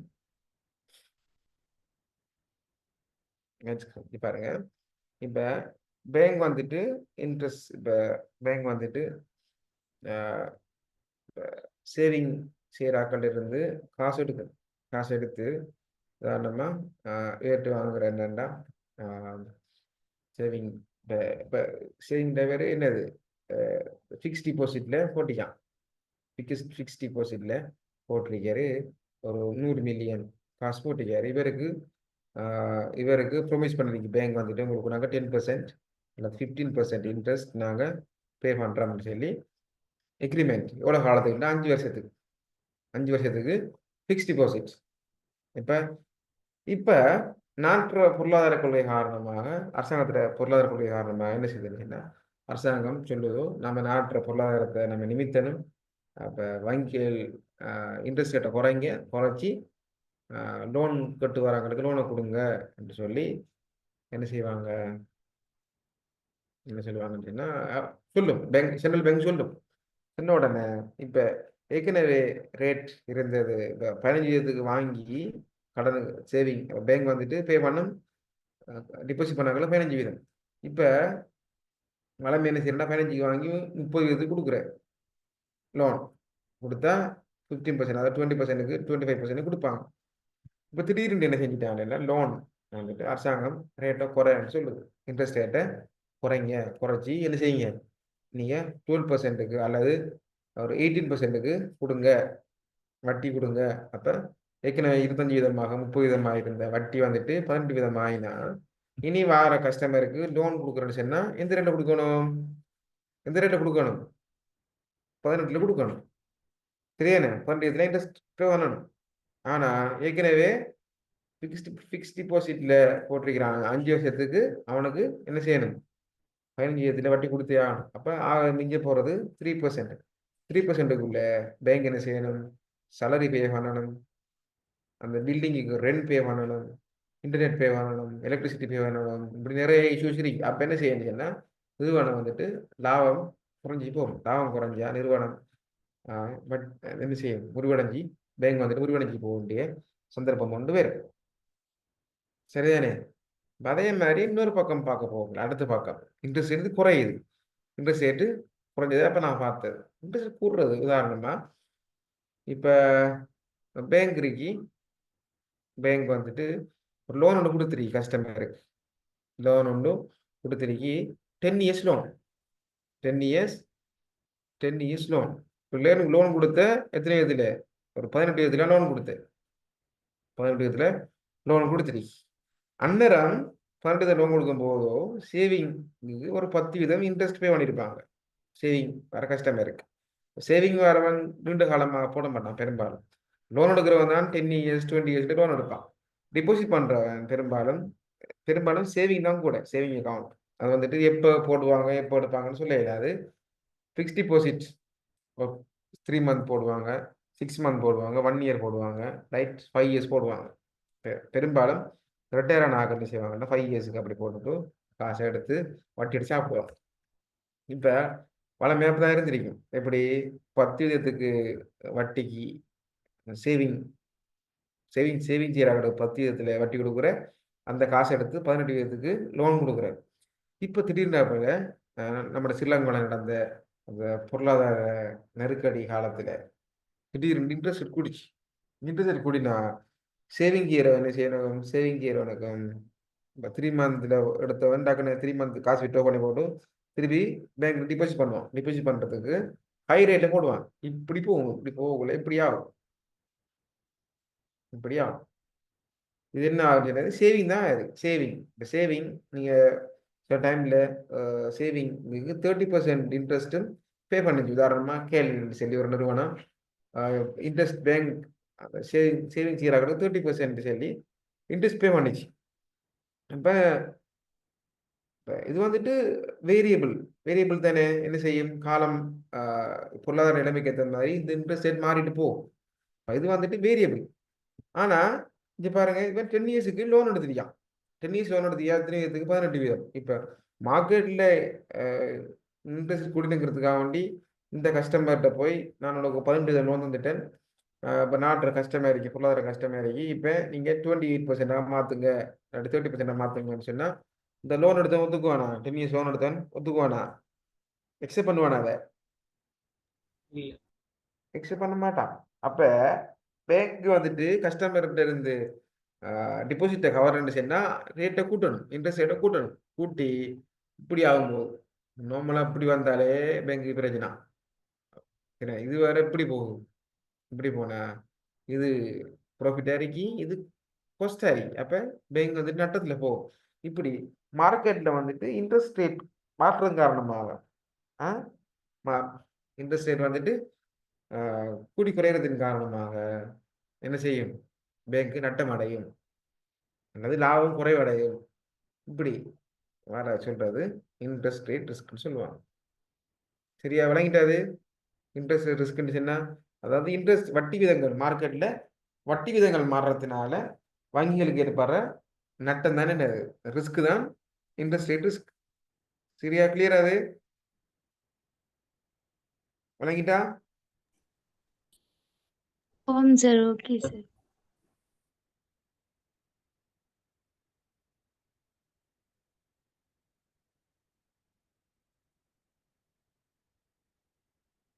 அதான் லிக்விட் ரிஸ்க்னு சொல்லுவாங்க. லிக்விட் ரிஸ்க்ல இன்ட்ரெஸ்ட் ரேட் ரிஸ்க்னு சொல்லுவாங்க.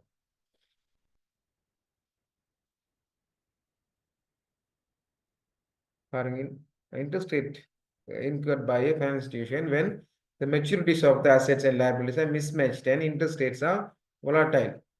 இப்போ இன்னொன்று சொல்கிறாங்க, இதுக்கு இன்னொரு காரணம், இன்ட்ரெஸ்ட் ரேட் ரிஸ்க்கு இன்னொரு காரணம் வந்துட்டு மிஸ்மேட்ச் ஆகிற என்னென்னா மெச்சூரிட்டி மிஸ்மேட்ச்னு சொன்னால் பாருங்க, இப்போ பேங்க் வந்துட்டு பொதுவாக என்ன செய்யணும்னு சொன்னால் 5 years லோன் கொடுக்கறதுக்கு எதை பாவிக்கணும்னு சொன்னால் 5 years ஃபிக்ஸ்ட் டிபாசிட் தான் பாவிக்கும். 5 years ஃபிக்ஸ்ட் டிபாசிட் தான் பாவிக்கும். 1 year லோன் கொடுக்கறதுக்கு 1 year ஃபிக்ஸ்ட் டிபாசிட் தான் பாவிக்கும். சரியானே? அப்போ என்ன செய்யலாம்னு சொன்னால், இப்போ இன்றைக்கு 5 வருஷம் டிபாசிட் ஒன்று கிடைக்கிது, அது வந்துட்டு ஒரு 10% இன்ட்ரெஸ்ட் ரேட் எக்ரி பண்ணிடுது பேங்க். அப்போ இந்த கஸ்டமர் அடுத்து வர 5 வருஷத்துக்கு இந்த காசு விட்டு பண்ண வர மாட்டான். அப்போ இந்த காசு எடுத்து பேங்க் என்ன செய்ய முடியும்னா 5 வருஷத்துக்கு லோன் கொடுக்கும். லோன் கொடுத்தா இப்போ இது வந்துட்டு இந்த 10% இன்ட்ரெஸ்ட்டுக்கு கஸ்டமர்கிட்ட வாங்கிட்டு இதுக்கு 20% இன்ட்ரெஸ்ட் பே பண்ணிட்டுப்பான். பே பண்ணா இப்போ மார்க்கெட்டில் இன்ட்ரெஸ்ட் ரேட் கூட்டினாலும் குறைஞ்சாலும் நமக்கு என்ன இல்லை, பிரச்சனை இல்லை. ஏன் இது வந்துட்டு 5 இயர்ஸ். அப்போ இப்போ இந்த கஸ்டமர் 5 இயர்ஸுக்கு போகிறதா வந்து கேட்பாரு. அது மாதிரி 1 இயர் லோன் கொடுக்குறதுக்கு 1 இயர் ஃபிக்ஸ்ட் டெபாசிட் எடுக்கிறேன். அது மாதிரி 3 மந்த்ஸுக்கு 3 மந்த்ஸ் இதை எடுக்கிறேன். இதை சொல்றது மெச்சூரிட்டி. சரியா, மெச்சூரிட்டி மிக்ஸ் சொல்லுது. அதே மாதிரி இன்னொன்று, இந்த இன்ட்ரெஸ்ட் ரேட் அப்படி இருக்குன்னு வச்சுக்கோமே, இன்ட்ரெஸ்ட் ரேட் அப்படியே மாறலை. இப்போ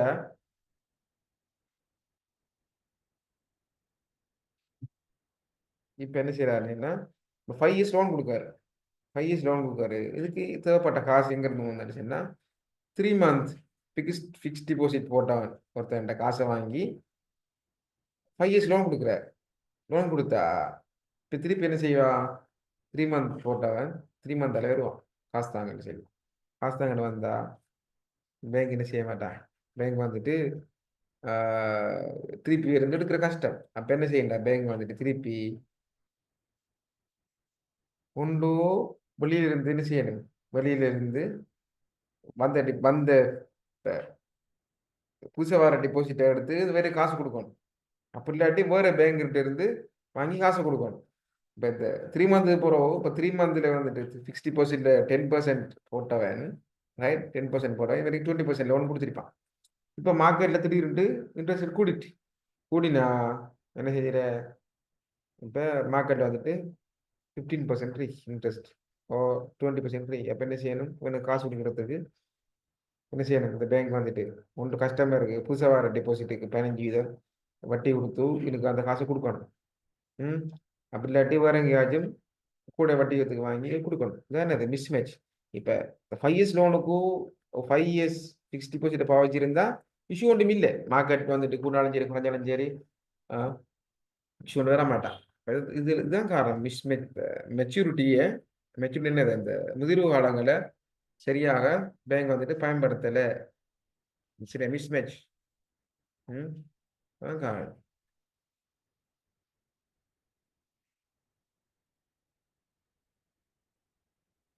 இப்போ அசெட் டிரான்ஸ்ஃபர்மேஷன்ங்கிறது இப்போ involve financial institution issuing secondary securities or liabilities to fund purchase of primary securities and assets. இப்போ நிறுவனம் என்ன செய்யணும், செகண்டரி செக்யூரிட்டிஸ் இருக்கிறது. அல்லது இந்த டிபாசிட்டை யூஸ் பண்ணி அசெட்டில் வாங்குறேன். உதாரணமாக ஈஸி என்னது, டிபாசிட், பேங்க் டிபாசிட்டை யூஸ் பண்ணி லோனாக மாற்றுறேன். அல்லது டிபாசிட்டை யூஸ் பண்ணி என்ன ஒரு செக்யூரிட்டிஸாக மாற்றுறேன். செக்யூரிட்டிஸ்னா பேங்க் அந்த பாண்ட் அல்லது ஷேர்ஸாக மாற்றுவாங்க.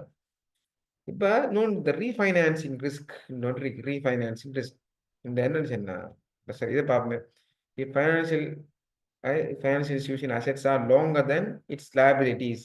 இப்போ பாருங்க, நான் சொன்னதுதான் விளங்கப்படுது நான். என்னது லைபிலிட்டிங்கிறது டிபாசிட்டுங்கிறது பாருங்க. ஃபைனான்சியல் அசெட்ஸ் வந்துட்டு என்னது, லோன் வந்துட்டு நீண்ட காலம் 5 வருஷம் லோன். இதுக்கு காசு வந்துட்டு எடுத்துருக்காங்க வந்துட்டு எதுல இருந்து, 1 இயர் ஃபிக்ஸ்ட் டிபாசிட்ல இருந்து. ஃபிக்ஸ்ட் டிபாசிட்ங்கிறது லைபிலிட்டி பேங்கை பொறுத்த வரைக்கும். இப்போ இது என்னது, ரீஃபைனான்சிங் ரிஸ்க். இப்போ அதான் இந்த 5 இயர்ஸ் லோனை கொடுத்தாச்சு. இப்போ 1 இயர்ல டிபாசிட் பண்ணவன் திருப்பி 1 இயருக்கு என்ன செய்வான், அந்த காசுக்கு 1 இயருக்கு போகிறோம் அன்றம் காசு தேட வேண்டியிருக்கும். தேட வேண்டிய அந்த நிலைமை செய்கிறது ரீஃபைனான்சிங் ரிஸ்க், ரைட். உலகிட்ட ரீஃபைனான்சிங் ரிஸ்க் என்னன்னு சொல்லி, ரைட். இப்போ the risk that cost of rolling over re-borrowing of fund. இப்போ என்ன செய்யறேன்னா, இந்த 1 இயர் காசை கொடுக்கறதுக்கு ஒன்று திருப்பி இன்னொரு கஸ்டமரை கண்டுபிடிக்கணும், டெபாசிட் பண்ணுறவன, இல்லாட்டி லோன் வாங்கணும். Financial institution assets are short. இப்போ லோன் வந்துட்டு என்ன, லோன் வந்துட்டு 1 இயருக்கு கொடுத்துருக்கி, ஆனால் ஃபிக்ஸ்ட் டிபாசிட் வாங்கியிருக்கேன் 5 வருஷத்துக்கு, சரியானே. இப்போ இப்படி என்ன நடக்குன்னு சொன்னா, ரீஇன்வெஸ்ட்மெண்ட் ரிஸ்க். இப்போ பாருங்க, 2 ஒன்று ரீஃபைனான்சிங் ரிஸ்க், அடுத்தது ரீஇன்வெஸ்ட்மெண்ட் ரிஸ்க். ரீஇன்வெஸ்ட்மெண்ட் ரிஸ்க்னு சொன்னா மாறி இந்த 5 வருஷம் ஃபிக்ஸ்ட் டிபாசிட், 5 வருஷம் fixed deposit risk. Fixed deposit எத்தனை இது வந்திருக்கான்னு சொன்னா, இவன் ஒரு 10%க்கு நம்ம இவன்கிட்ட வாங்கியிருக்கேன் ஃபிக்ஸ்ட் டிபாசிட். 5 இயர்ஸுக்கு பிறகு 5 இயர்ஸுக்குள்ளே வர மாட்டான்.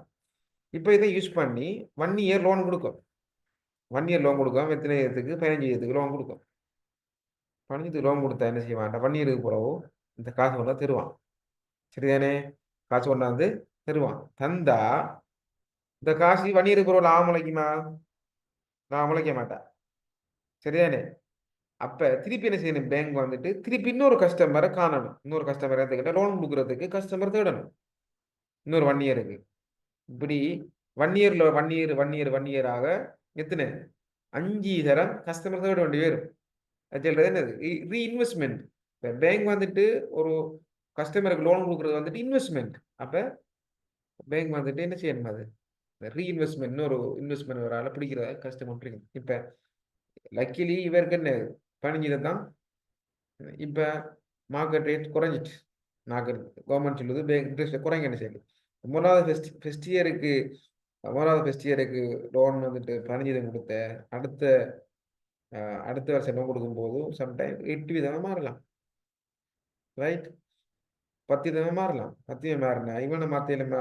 இதை மாற்றலாது. இதாக மாறிட்டு போகும். இப்போ ஃபஸ்ட் இயருக்கு 15 வீதம் கொடுத்து, செகண்ட் இயருக்கு 10 வீதம், தேர்ட் இயருக்கு 8 வீதம் இப்படின்னு செய்யலாம். போகிறதுக்கு வாய்ப்பு இருக்கு. நாட்டு பொருளாதாரம் சீரழிஞ்சின்னு சொன்னா வட்டி குறைஞ்சிட்டு போகும். குறைஞ்சி போனுச்சுன்னு சொன்னா என்ன செய்யும்? இவனுக்கு பேங்கு வட்டி கொடுக்குற கஷ்டமா இருக்கும். இங்கதான் சொல்ற ரீஇன்வெஸ்ட்மெண்ட் ரிஸ்க். சரியா? கணக்கிட்டா உங்களுக்கு அது ரீஇன்வெஸ்ட்மெண்ட் ரிஸ்க் கணக்கிட்டா? ஆமாம் சார்.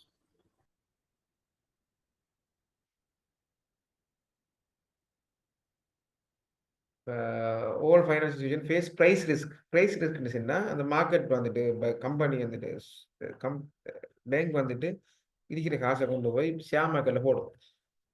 டிபாசிட்ல இருந்து வாங்கி டிபாசிட் காசை வாங்கி கொஞ்சம் லோன் போகும், கொஞ்சம் வந்துட்டு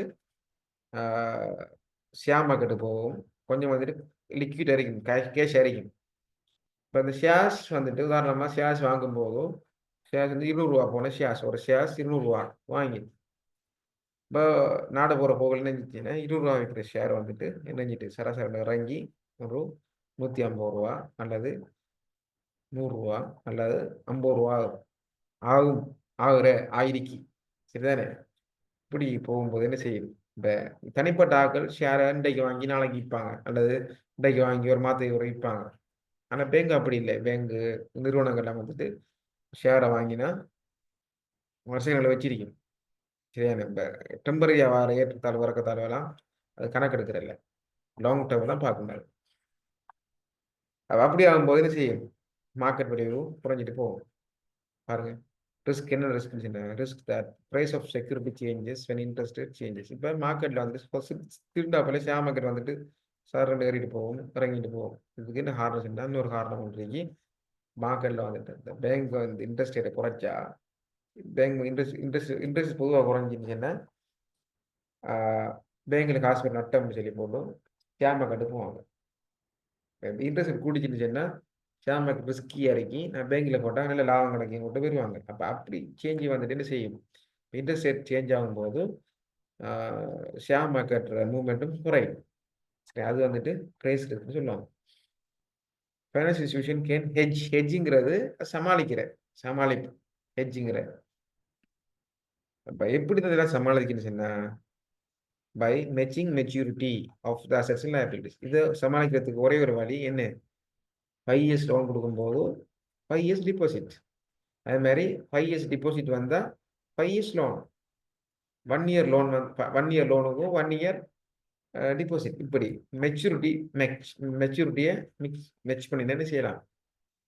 அந்த செஞ்சு கொண்டு போகலாம். அது மாதிரி மார்க்கெட் ரிஸ்க்னு சொல்லுவாங்க. மார்க்கெட் ரிஸ்க்னு சொன்னால் trading of assets and liabilities due to changes interest rate, exchange rate and other surprise. நான் சொன்ன மாதிரி என்னது? நான் அந்த market risk, market value, share market வந்து மார்க்கெட் வேல்யூ கூட குறையிற அஞ்சல் மார்க்கெட் ரிஸ்க்னு சொல்லி. இது பெரும்பாலும் என்ன காரணமாக நடக்கும்? இது இன்ட்ரெஸ்ட் ரேட், எக்ஸ்சேஞ்ச் ரேட். இப்போ டாலர் கூடி குறைஞ்சாலும் என்ன செய்வாங்க? டாலர் ஒரு இம்போர்ட் பண்ணுற ஒரு ஆளுக்கு டாலர் அந்த ரேட் கூட்டிகிட்டு போகுதுன்னா இப்போ இந்த இதில் நட்டம், இம்போர்ட் பிஸ்னஸ் செய்கிற நட்டம். அப்போ என்ன செய்வாருன்னா அதில் இன்வெஸ்ட் பண்ணி வேறு சொல்லி போட்டு பேங்க்குக்கு போவார். பேங்க்குக்கு போய் வட்டி கொடுப்பார் அந்த காசை. அப்படிலாம் செய்வாங்க.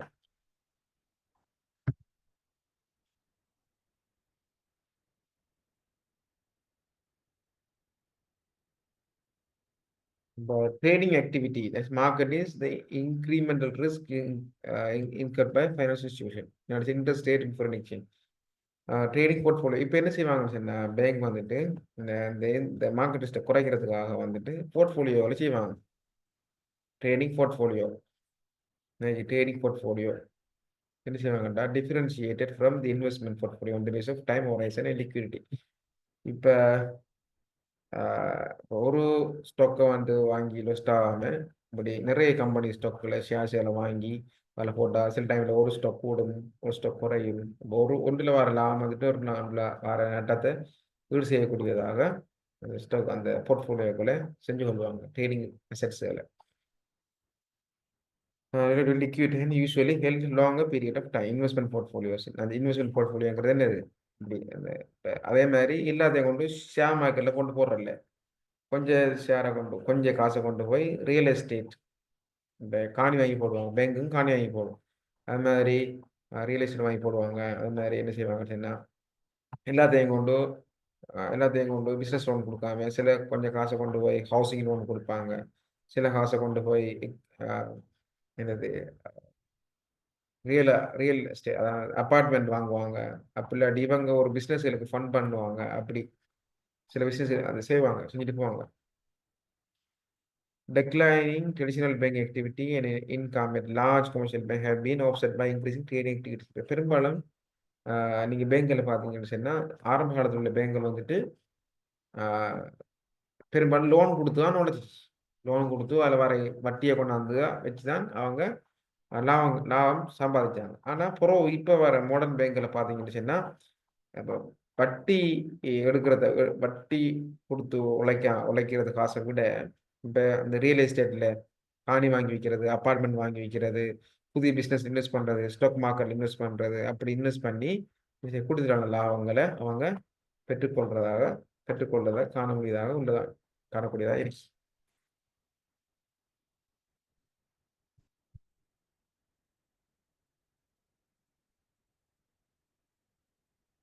Declines underwriting and brokerage income at large investors may have been offset by increasing trading activity. இப்போ முந்தி அந்த அண்டர்ரைட்டிங் புரோக்கர் வேலையெல்லாம் செய்யாமல் இவங்களே திரும்ப என்ன செய்கிறாங்க, இந்த மார்க்கெட்டில் போய் ஷேர் மார்க்கெட்டில் போய் ஈடுபடுற பொதுமக்கள் இருந்த காசை கலெக்ட் பண்ணி டிபாசிட் மூலமாக எடுத்து அந்த காசை கொண்டு போய் பேங்கில் சரி என்ன செய்கிற ஷேர் மார்க்கெட்டில் ட்ரேட் பண்ணி அது வந்துட்டு ட்ரேடிங் லாபம் நட்ட எதை பொறுத்திருக்கீங்கன்னு சொன்னால் இந்த வாங்குற சொத்துக்கள விலை, நம்ம வாங்குற சொத்து வந்துட்டு கூடுதலாக விலை போணுச்சுன்னு சொன்னால் எங்களோட விலை போகுதுன்னு ஓகே ஃபைன். விலை குறைஞ்சிச்சுன்னா ஷேர் மார்க்கெட் சரிஞ்சிட்டு போகுதுன்னா அப்போ தான் ட்ரேடிங் ரிஸ்க்னு சொல்லுவாங்க. ஓவர் பேலன்ஸ் ஷீட் ரிஸ்க்னு சொன்னால் இப்போ பாருங்க contingent asset and liability. Contingent asset நீங்கள் படிச்சிருப்பீங்க, கண்டிஜென்சிஸ் அசெட்ஸ் அண்ட் லைபிலிட்டிஸ். இப்போ சில விஷயங்கள் வந்துட்டு இந்த பேலன்ஸ் ஷீட்டை காட்ட மாட்டாங்க. உதாரணமாக ஒரு கோர்ட் கேஸ் ஒன்று பெரிய கோர்ட் கேஸ் ஒன்று ஒரு கஸ்டமர் கேஸ் போட்டிருக்கேன் பேங்கில் சொல்லி. அப்போ பேங்க் வந்துட்டு இப்போ கஸ்டமர் அந்த கேஸை வேண்டான்னு சொன்னால் ஒரு 100 கோடி காசு கொடுக்க வேண்டி வரும். கஸ்டமர் கொடுக்க வேண்டி வரும். இது வந்துட்டு பேலன்ஸ் ஷீட்டில் காட்ட மாட்டாங்க. பேலன்ஸ் ஷீட்டை பார்த்து தெரிய மாட்டாங்க. பேலன்ஸ் ஷீட் ஆஃப் பண்ணால் பின்னால் இருக்கும், பேலன்ஸ் ஷீட் பின்னால் இருக்கு நான் சொல்ல மாட்டாங்க பேலன்ஸ் ஷீட்டில். அப்படின்னு ரிஸ்க் சொல்றது off balance sheet risk. Contingency assets நிகழத்தக்க பொறுப்பு அசெட்ஸ் என்ன, ஒரு பேங்க்குக்கு காசு வரக்கூடிய வாய்ப்பு அல்லது சம்டைம் வந்துட்டு என்னது பேங்க் வந்துட்டு தன் லைசன்ஸ் பேங்கிங் லைசன்ஸ் இழக்கக்கூடிய நிலைமையும் பெறலாம். கஸ்டமர் கம்ப்ளைண்ட் மிஸ்மேனேஜ்மெண்ட் ஃபண்ட் இருக்கிறதால சரியா அப்படியான விஷயங்கள் பேலன்ஸ் ஷீட்டை காட்டப்படாத விஷயங்கள். இப்போ open activity can increase interest rate risk, credit rate risk எல்லாமே என்ன செய்யும். அது ஒரு பேங்க் ரிஸ்க் கொண்டு வருது அப்படின்னு சொன்னால் கேன் இன்க்ரீஸ். இப்போ can also be use to hedge risk, reduce என்ன செய்ய சமாளிக்கிறது, ஹெட்ஜிங்கிறது சமாளிக்கிறேன். Large commercial banks in particular engage in off balance sheet activity on balance sheet asset right in the massive.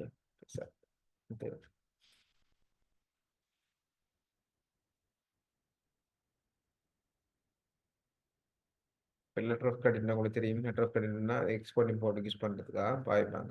அது மாதிரி foreign exchange rate risk. Foreign exchange ரிஸ்க்னு சொன்னால் இது வந்து நீங்கள் அனுபவப்பட்டிருந்தீங்க. பெரும்பாலும் இலங்கை பொருளாதார நெருக்கடி காரணமாக 160 ரூபா இருந்த 180 ரூபா இருந்த டாலர் வந்துட்டு 360 வரைக்கும் போணுச்சு. 180 ரூபா இருந்த டாலர் 360 வரைக்கும் போணுச்சு. இப்போ 297 ரூபா அப்படி 300 நெஞ்சிருக்கு. இப்போ ஃப்ளெக்சிபிள் ஆயிடுச்சு. இப்போ இது எக்ஸ்சேஞ்ச் ரேட் என்ன செய்யணும்னா, இப்போ ஃபைனான்சியல் இன்ஸ்டியூஷன் வந்துட்டு அசெட்ஸ் லைபிலிட்டி சேம் அது கூட காட்டும். இதில் ஃபாரின் கரன்சி வச்சிருக்கீங்க, ஃபாரின் கரன்சிகள் அல்லது பேங்க் வந்துட்டு எக்ஸ்போர்ட் இம்போர்ட் செய்யும் போது பேங்கும் ஒப்ளிகேட் ஆகிருக்கும் இந்த டொலரில் வந்துட்டு பே பண்ணுறது. சரியானே டாலரில் இப்போ 100 மில்லியன் டாலர் வந்துட்டு பே பண்ண வேண்டும், யூஎஸ்க்கு பே பண்ண வேண்டும் சொல்லி இருந்திருக்கும். அப்போ பொருளாதார நெருக்கடி வாரத்துக்கு முதல் இந்த 180 ரூபா தானே டாலர், 180 ரூபா இருக்கும் போது இப்போ பேங்க் எக்ரி பண்ணியிருக்கேன் பே பண்ணுறதுக்கு எவ்வளோ 180 மில்லியன் ருபீஸ் பே பண்ண வேண்டிய இடத்துல ரைட். இந்த அக்ரிமெண்ட் டேட்டின் படி அந்நேரம் 18,000 மில்லியன் தானே செய்யணும். 18 மில்லியன் ருபீஸ் தான் பே பண்ண வேண்டிய வரும். 100 மில்லியன் தானே அது டாலர். ஆனால் இந்த 6 மந்த் பிறகு தான் இந்த பேமெண்ட் நடக்கிற யூஎஸ்க்கு சொல்லியிருப்பாங்க.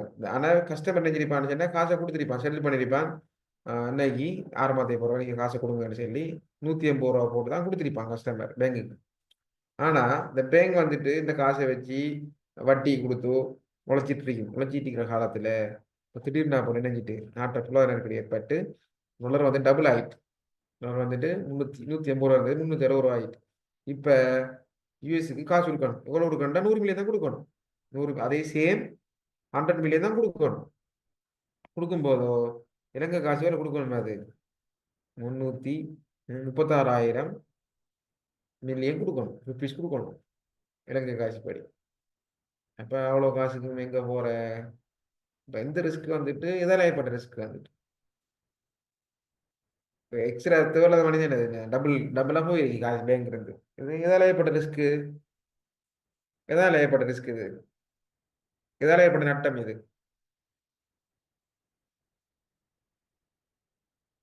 இந்த நட்டம் ஏற்பட்ட எப்படி? பணவீக்கம் காரணமா? பணவீக்கம் காரணமா? பொருளாதார என்ன என்ன காரணம் அது?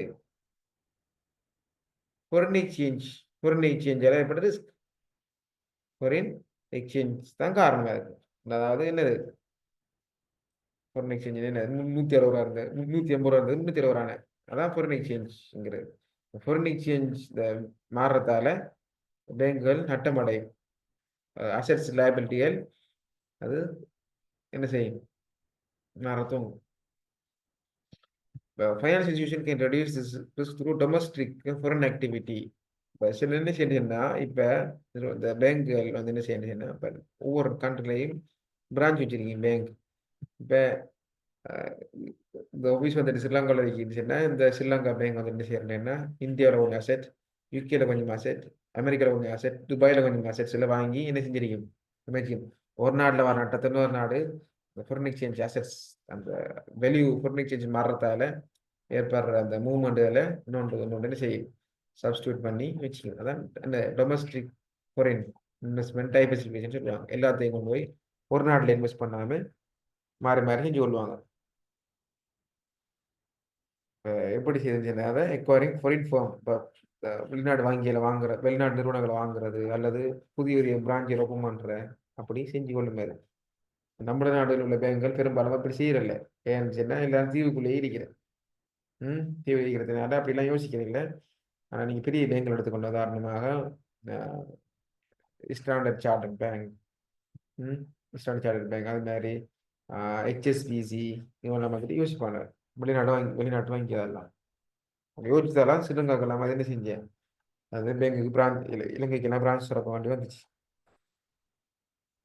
இப்போ அதே மாதிரி ஷேர் மார்க்கெட்டில் வந்துட்டு இலங்கையில் மட்டும் இலங்கை ஸ்டாக் மார்க்கெட்டில் மட்டும் வந்துட்டு இன்வெஸ்ட் பண்ணாமல் எல்லா பேங்க்லையும் எல்லா நாட்டிலையும் கொண்டு போய் அவங்க என்ன செய்வாங்க அப்படின்னா இன்வெஸ்ட் பண்ணுவாங்க. இல்லை பெரும்பாலான நாடுகளில் ஷேர் ஸ்டாக் பண்ணுவாங்க.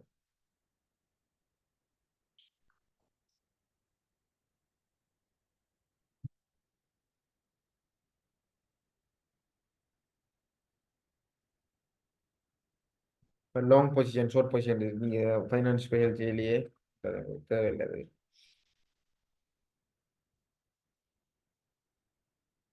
கண்ட்ரி ஓ சோவிஜியன் ரிஸ்க்.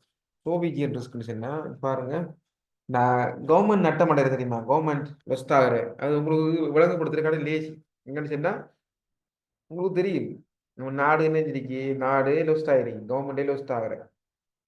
உதாரணமாக சொல்லுவாங்க என்னன்னு சொன்னால், இப்போ அந்த அந்த அந்த அந்த எக்கனாமிக் கிரைசிஸ் உள்ள காலத்தில் பாருங்க, ஜப்பான் இருந்து வாகனம் இறக்குமதி செஞ்சிருந்தா இலங்கைக்கு ஜப்பான் இருந்து ஸ்ரீலங்காவுக்கு இந்த வாகனம் இறக்கிருப்பாங்க. எத்தனை உதாரணமாக 100 கோடிக்கு அல்லது 100 பில்லியன் டாலருக்கு வாகனம் இறக்கியிருந்தா, ஸ்ரீலங்காவுக்கு இறக்கியிருந்தா, இப்போ ஜப்பானுக்கு என்ன செய்யணும், ஸ்ரீலங்கா காசு கொடுக்கணும். இப்போ என்ன செஞ்சிருப்பான், அந்த 100 பில்லியனுக்கு லோன் தான் கொடுத்துருப்பான், கடன் தான் கொடுத்துருப்பான். அதாவது வாகனம் போய் சேர்ந்து 6 மாதத்தை பிறகு அல்லது 3 மாதத்தை பிறகு இந்த காசை செட்டில் பண்ணிடுங்கன்னு சொல்லி தான் எக்ரிமெண்ட் இருக்கும். இப்போ ஸ்ரீலங்காவில் திடீர்னு அப்புறம் நினைச்சிட்டு ஸ்ரீலங்கா எக்கனாமி டவுன் ஆகிட்டு, foreign reserve right, foreign reserve இல்லை, யூஎஸ் டாலர் இல்லாமல் ஆகிடுது. நாடு இல்லாமல் போனதுனால என்னஞ்சிச்சு, ஸ்ரீலங்கா கவர்மெண்ட் ஆர்டர் போட்டுச்சு, ஸ்ரீலங்காவிலிருந்து எந்த காசும் வெளிநாட்டுக்கு போகலாம்னு சொல்லி ஆர்டர் போட்டால் என்ன நடக்கும், சென்ட்ரல் பேங்க் எலோ பண்ணாது. சென்ட்ரல் பேங்க் எலோ பண்ணாது, வங்கி கூடாக காசு போகிறது. இது வந்துட்டு இந்த அரசாங்கம் இது வந்துட்டு இலங்கையில் ஒரு வங்கிக்கும் நடக்க மாட்டான், எல்லா வங்கிக்கும் எல்லா எக்ஸ்போர்ட்டருக்கும் எல்லா இம்போர்ட்டருக்கும் இந்த பிரச்சனை ஏற்படும். என்னது சோவியத் ரிஸ்க். அந்த நாடே திவாலாகிறது, நம்ம நாடு திவால்னு சொல்லி பேங்க்ரப்டான்னு சொல்லி ஒஃபிஷியலாக டெக்ளேர் பண்ணிச்சு. நாங்கள் வரிய அப்படி சொல்லாம அதை எப்படி சொல்லிச்சுன்னு சொன்னால், பேங்க்ரப்ட் ஐட்டம்னு சொல்லாமல் என்ன சொல்லிச்சுன்னு சொன்னால், நாங்கள் லோ லெவல் இன்கம் கண்ட்ரியாக மாறிட்டோம், பெக்கராக மாறிட்டோம். முந்தி ஸ்ரீலங்கா இருந்த மிடில் இன்கம் கண்ட்ரியிலிருந்து இலங்கை மற்ற நாடுகளிலிருந்து உதவியை எதிர்பார்த்து அதை குறைச்சிச்சு, ரேட்டை குறைச்சி நாங்கள் மிடில் கிளாஸ் இல்லை, நாங்கள் புவர் கிளாஸ் சொல்லி அதை டெக்ளேர் பண்ணிச்சு பார்லிமெண்ட்ல ஒஃபிஷியலாக. அப்போ அது பிறகு என்ன செய்யலாம், வெளிநாட்டுக்கு போய் நாம காசு வாங்கலாம் அப்படின்னு சொல்லிட்டு இப்படி நிலை மட்டும் வந்துச்சு. அதான் கண்ட்ரி ரிஸ்க், சோவியன் ரிஸ்க். இப்படி என்ன செய்ய பேங்குகளுக்கும் ஃபர்ஸ்ட் ஆகும். இப்போ உதாரணமாக இப்போ ஜப்பான் இருக்கிற பேங்குக்கு ஜப்பான் பேங்க் எதிர்பார்த்திருக்கும் இலங்கை பேங்கிலிருந்து காசு வேணும்னு சொல்லி. அப்போ எதிர்பார்த்த காசு வேறு இல்லை. யார பிரச்சனை, ஜப்பான் நாட்டு பிரச்சனை இல்லை, ஸ்ரீலங்கா நாட்டு பிரச்சனை. ஸ்ரீலங்கா கம்பெனி பிரச்சனை இல்லை, ஸ்ரீலங்கா கம்பெனி ஸ்ரீலங்கா பிஸ்னஸ் எல்லாம் சரியா இயங்குது. ஆனால் இலங்கை கவர்மெண்ட் பொழைச்சிட்டு, நாடே பொழைச்சிட்டு, அதனால இது ஜப்பான்ல இருக்கிற கம்பெனிக்கு பேங்குக்கு சிக்கலாகும். Repayment from foreign borrowers, right, foreign borrower. வெளிநாட்டு இருந்து ஒருத்தன் காசு வாங்கிட்டான், இந்தியா இருந்து ஒருத்தன் காசு வாங்கிட்டான், நான் காசு வாங்கிட்டு போனேன், இந்தியாக்காரன்னு செய்யலை, அந்த காசு திருப்பி தரல. காரணம் கவர்மெண்ட் சொல்லிட்டு காசு கொடுக்க போறாங்க. இப்போ கவர்மெண்ட் மீறி அவர் காசு தர மாட்டார் நமக்கு. சுச்சுவேஷன் தான் தான் country risk differs from credit risk of domestic assets. Operations may be unable to pay principals and interest even if they would decide to do. இப்போ இலங்கையில் இருக்கிற காரை இம்போர்ட் பண்ணின அந்த கம்பெனி ஜப்பானுக்கு காசு கொடுக்கறதுக்கு ரெடியா இருந்தாலும், ரைட், ரெடியா இருந்தாலும் அரசாங்கம் கூட மாட்டா, அரசாங்கம் விடாது. காரணம் உதாரணமாக என்ன, இப்போ ஜப்பான் அந்த காரை இறக்குறதுக்கு நீங்க டொலராக வச்சிருந்தாலும், ரைட், டொலராக நீங்க காசு வச்சிருந்தாலும் அரசாங்கம் என்ன இம்போர்ட் பண்ண இயலாது சொன்னா, என்ன நீங்க விரும்பினா கூட செய்ய இயலாது. அப்ப இந்த நாட்டுக்கு பேங்குக்கு பிரச்சனையா இருக்கு.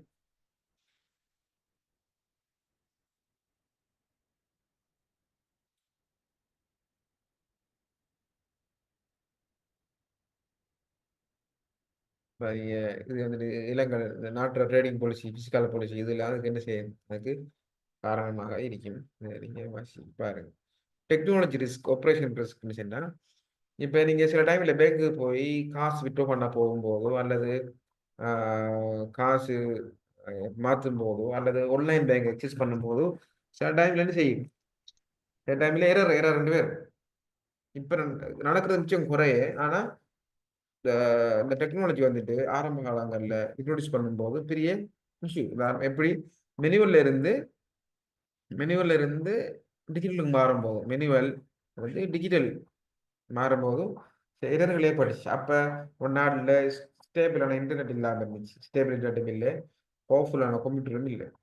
அப்போ டிரான்சாக்ஷன் கூடும்போது லோட் ஆனிச்சுன்னா என்ன செஞ்சிடும், லோட் ஆனிச்சுன்னா மிஷின் ஸ்டக் ஆயிரும், இல்லாட்டி இங்கே நெட்ஒர்க் இஷ்யூ ஆயிரும், இல்லாட்டி நம்ம நாட்டில் கரண்ட் போகிறது, இல்லாட்டி பேங்க்கில் அந்த கம்ப்யூட்டர் வந்துட்டு சர்வர் போல அப்படியே ஆஃப் ஆயிடும், ரன் பண்ண மாட்டேன். அப்படியான யூஸ்வலாக சொல்கிறது என்னென்னு சொல்லி ஆப்ரேஷன் ரிஸ்க் டெக்னாலஜி ரிஸ்க்குங்கிறது நியூ டெக்னாலஜி வந்துச்சுட்டா பிடிச்சி ஆன்டிசிபேட் காஸ்ட் சேவிங். இப்போ ஒரு என்ன செய்யுதுன்னா, இப்போ என்ன பேங்க் ஒரு சிஸ்டம் கொண்டு வருது, புதுசாக ஒரு சிஸ்டத்தை கொண்டு வருது.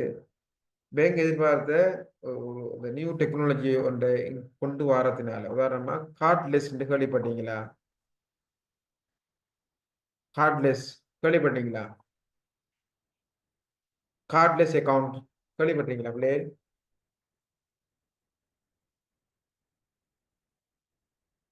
ஆன்லைன் பேயிங்க சார். இப்போ அது கார்டு இல்லாம நம்பர்ல சார். ஓ, கார்டு இல்லாம காசு நம்பர் வித்ட்ரா பண்றது. பொதுவா ஏடிஎம்ல கார்டு தேவைப்படும் இல்லையா? கார்டு தேவைப்படும். ஆனா என்ன, கார்டு இல்லாமையும் நீங்க வித்ட்ரா பண்ணலாம்னு சொல்லி சில பேங்க் சிஸ்டம் கொண்டாந்துச்சு. அது ஒரு புதிய டெக்னாலஜி. ஆனா மக்கள் அதை விரும்பினாங்களா? மக்கள் கார்டு ஓட்டி ஓட்டி எடுத்து பழகின மக்களுக்கு என்ன இல்லை, இது வந்துட்டு இந்த கார்ட்லெஸ் அக்கௌண்ட்டுங்கிறது புதுநமாக இருந்துச்சு. அப்போ பெரும்பாலும் அந்த அந்த டெக்னாலஜியை வாங்குறதுக்கு, கார்ட்லெஸ் டெக்னாலஜியை வாங்குறதுக்கு அந்த வங்கிகள் பெரிய அமௌண்ட்டை செலவழிச்சிருக்கு. ஆனால் என்ன செய்யலை, மக்களால் பயன்படுத்தலை, அது லாஸ்ட். அது மாதிரி இந்த ஏடிஎம் தானே, ஏடிஎம் கார்டை வாங்கி வச்சு இன்னமும் அந்த கார்டை யூஸ் பண்ணதாக்களும் இருக்கா. பெரும்பாலும் நம்மளோட பெரும்பாலும் டவுனில் இருக்க மாட்டேன், அப்படி பிரச்சனை இருக்காது. ஆனால் வில்லேஜ் இல்லை, வில்லேஜுகளில் என்ன தெரியும், இப்படி சிஸ்டங்கள் இருக்கும். எவ்வளோதான் சொன்னாலும் இப்போ நீங்கள் பார்த்துருப்பீங்க, கேஷ் டிபாசிட் மிஷின் ஒன்று இருக்கும். பெரும்பாலான பேங்குகளில் அந்த கேஷ் டிபாசிட் மிஷினை யாரும் போறதில்லை. ஏடிஎம்க்கு இருக்கிற கிரவுண்ட் மாதிரி கேஷ் டிபாசிட் மிஷினுக்கு இருக்கிறல்ல, சிடிஎம்குள்ள எல்லாரும் என்ன செய்வாங்க, பேங்க்கு போய் கீழே அனுப்பாங்க காசு போடுறது. ஓமா இல்லையா? பார்த்துட்டீங்களா? நீங்க பார்த்துட்டீங்களா? ஓ, என்ன காரணம் சொன்னா பயம். பேங்க்ல கவுண்டர்ல கொடுத்தா சிட்டு வரும். இதுல கேஷ் டிபாசிட் மிஷின்ல காசை போட்டு உள்ளுக்கு போடுச்சுன்னு சொன்னா இதுல கூடுது குறையுதுன்னு சொல்லி யார்கிட்ட கதைக்கிற, ஒரு மக்களுக்கு ஒரு சரியானது இல்லை. அதனால என்ன செய்வாங்கன்னா, அப்ப அப்ப கேஷ் டிபாசிட் மிஷினை இன்ஸ்டால் பண்றதுக்கு வாங்குறதுக்கு அந்த பேங்க் வந்துட்டு 50 அமௌண்ட் ஒன்று செலவழிச்சிருக்கும். அப்படியே அமௌண்ட் செலவழிச்சிருக்கும். அப்ப அது அது அந்த அந்த காஸ்ட் சேவிங்க, அந்த கியூவை குறைக்கிறதுக்காக உருவாக்கப்பட்ட சிஸ்டம் வந்துட்டு என்ன எதிர்பார்த்த நன்மையே தெரியல. அப்படின்னு ரிஸ்க் சொல்றது டெக்னாலஜி ரிஸ்க். அது மாதிரி நம்ம வாங்கின டெக்னாலஜி ஒன்று அவுடேட் ஆகிட்டு போறேன், குயிக் அவுடேட் ஆகிடும் டெக்னாலஜி சில டைம்ல. அப்படியே இதுகளுமே என்ன major objective of technology expansion to allow financial institutions to exploit potential economic risk of, right? இப்போ ஆப்ரேஷனல் காஸ்ட், இப்போ இந்த கேஷ் டிபாசிட் மிஷின், ஏடிஎம் இதெல்லாம் கொண்டு வந்த இடத்துக்கு டிஜிட்டல் பேங்க்ல கொண்டு வந்த ஆப்ரேஷன் காஸ்ட்டை குறைக்கிறது. ஆப்ரேஷன் காஸ்ட் என்ன, பேங்க்ல கஸ்டமர் கூட நிற்கப்படா, கியூல நின்றா பேப்பர் பிரச்சனை, அங்கே எம்ப்ளாயிஸ் நிறைய கவுண்டர் போட வேண்டி வரும், செக்யூரிட்டி கார்டு போட வேண்டி வரும், ஸ்லிப் பிரிண்ட் பண்ண வேண்டி வரும்ங்கிறதுக்காக தான் அதெல்லாம் கொண்டு வந்தேன்.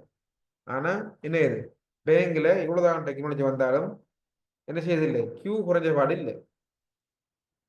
அதே மாதிரி பேங்க் ஏடிஎம்ல நீங்க பார்த்துருப்பீங்க, ஓராக்கடம் 5000 இப்போ 50,000 காசு எடுக்கிறதுக்கு என்ன செய்வாங்கன்னா 5000 10 அடிப்பாங்க, 10 கார்டு போட்டு எடுப்பாங்க. அப்படிலாம் இருக்கு. அமௌண்ட் அடிக்க தெரியாது, ரைட்? அது மாதிரி ப்ராஃபிட்டை கூட்டுறதுக்காக நம்ம டிஜிட்டல் பேங்க் எக்ஸஸ் பண்ணுறதுக்காக வந்து வருஷத்துக்கு 500 ரூபான்னு சொல்லி சில பேங்க் 1000 ரூபான்னு சொல்லி சார்ஜ் பண்ணணும். இதெல்லாம் உங்களுக்கு என்னது வருமானம், புதிய வருமானத்தை கூட்டுறதுக்காக. இப்போ புதிய மார்க்கெட், இப்போ சில ஏரியாக்களில் என்னது கஸ்டமர்களுக்கு பேங்க் இருக்க மாட்டா, பேங்க் போய் வர்றது கஷ்டமாக இருக்கும், அதனால ஏடிஎம் மட்டும் யூஸ் பண்ண போயிடுவோம். பேங்க் பேங்க் ஏடிஎம் சிடிஎம் அங்கே போய் பேங்க் ஸ்டாப் பண்ண அவசியம் இல்லை. அது மாதிரி டிஜிட்டல் பேங்க் யூஸ் பண்ணினா அந்த வீட்டு இருந்த மாதிரி என்ன செய்வாங்க, சில மார்க்கெட்டில் யூஸ் பண்ணலாம். அதே மாதிரி நீங்கள் வெளிநாட்டில் போனாலும் நீங்கள் அக்கௌண்ட்டை யூஸ் பண்ணலாம் டிஜிட்டல் பேங்க் சொல்லி. முந்தி வெளிநாட்டு போகிறார்கள் பேங்க் க்ளோஸ் பண்ணி தான் போவாங்க பேங்க் அக்கௌண்ட். இப்போ அப்படி இல்லை, அங்கே இருந்த மாதிரியே காசு ட்ரான்ஸ்ஃபர் பண்ணக்கூடிய மாதிரி. அது மாதிரி ஆப்ரேஷனல் ரிஸ்க் என்ன, சிஸ்டம் சப்போர்ட் ஆகிறல்ல, சிஸ்டம் சப்போர்ட் பிரேக் டவுன் ஆயிடுறேன், இல்லாட்டி மல் ஃபங்க்ஷன் ஆயிடுறேன். ஒரு ஆள்ற காசை இப்போ உதாரணமாக நீங்கள் சில கீபோர்டில் பார்த்துருப்பீங்க, கீபோர்டு இப்போ சில கீபோர்டில் 8ங்கிற மார்க் வந்துட்டு 2ல் இருக்கும், 2 ஷிஃப்டோட 2 அடித்தா 8 வரும். சிலாக்கள் வந்துட்டு வேறோட தெரியும், கீபோர்டு வேறோட தெரியும் இந்த 8. இப்போ சிலாக்கள் 8ன் 2 அடிச்சுட்டு அடிக்கிறேன், இதை அடித்தது வேற ஒன்று போகும். அது மாதிரி என்ன பேங்கில் வந்துட்டு சில மல் ஃபங்க்ஷன் ஆன உடனே இது மாற துவங்கிறது. அதனால தான் பேங்கில் பெரும்பாலும் கீபோர்டு வந்து நியூமரிக் கீபோர்டு யூஸ் பண்ணுவாங்க. நியூமரிக் கீபோர்டு சில பக்கம் இருக்கும், நம்பர் கீபோர்டு. ஒரு லேப்டாப் அதில் பார்த்தீங்கன்னு சொன்னால் கீபோர்டு வந்துட்டு இப்படி இருக்கும், இங்கே நம்பர் இருக்க மாட்டாங்க. பேங்கில் இந்த அப்படி நோ மாட்ட பாவிக்க மாட்டாங்க, இந்த நியூமரிக் கீபோர்டு தான் பாவிப்பாங்க. என்னத்துக்கு எந்த இஷ்யூவில் வரும் இது தெரியும், ரைட்? அது மாதிரி நெட்வொர்க் எரர் ஆகிறது, அந்த சிபியூ டவுன் ஆகிறது, அந்த உள்ளுக்கு சர்வர் பிஸி ஆகிறது, இதெல்லாம் வந்துட்டு என்னது ஆப்ரேஷனல் ரிஸ்க். அது மாதிரி அவட இந்த ஸ்லீப் பொலையா பிரிண்ட் ஆகிறது, இதெல்லாம் வந்துட்டு அதுல வேறு.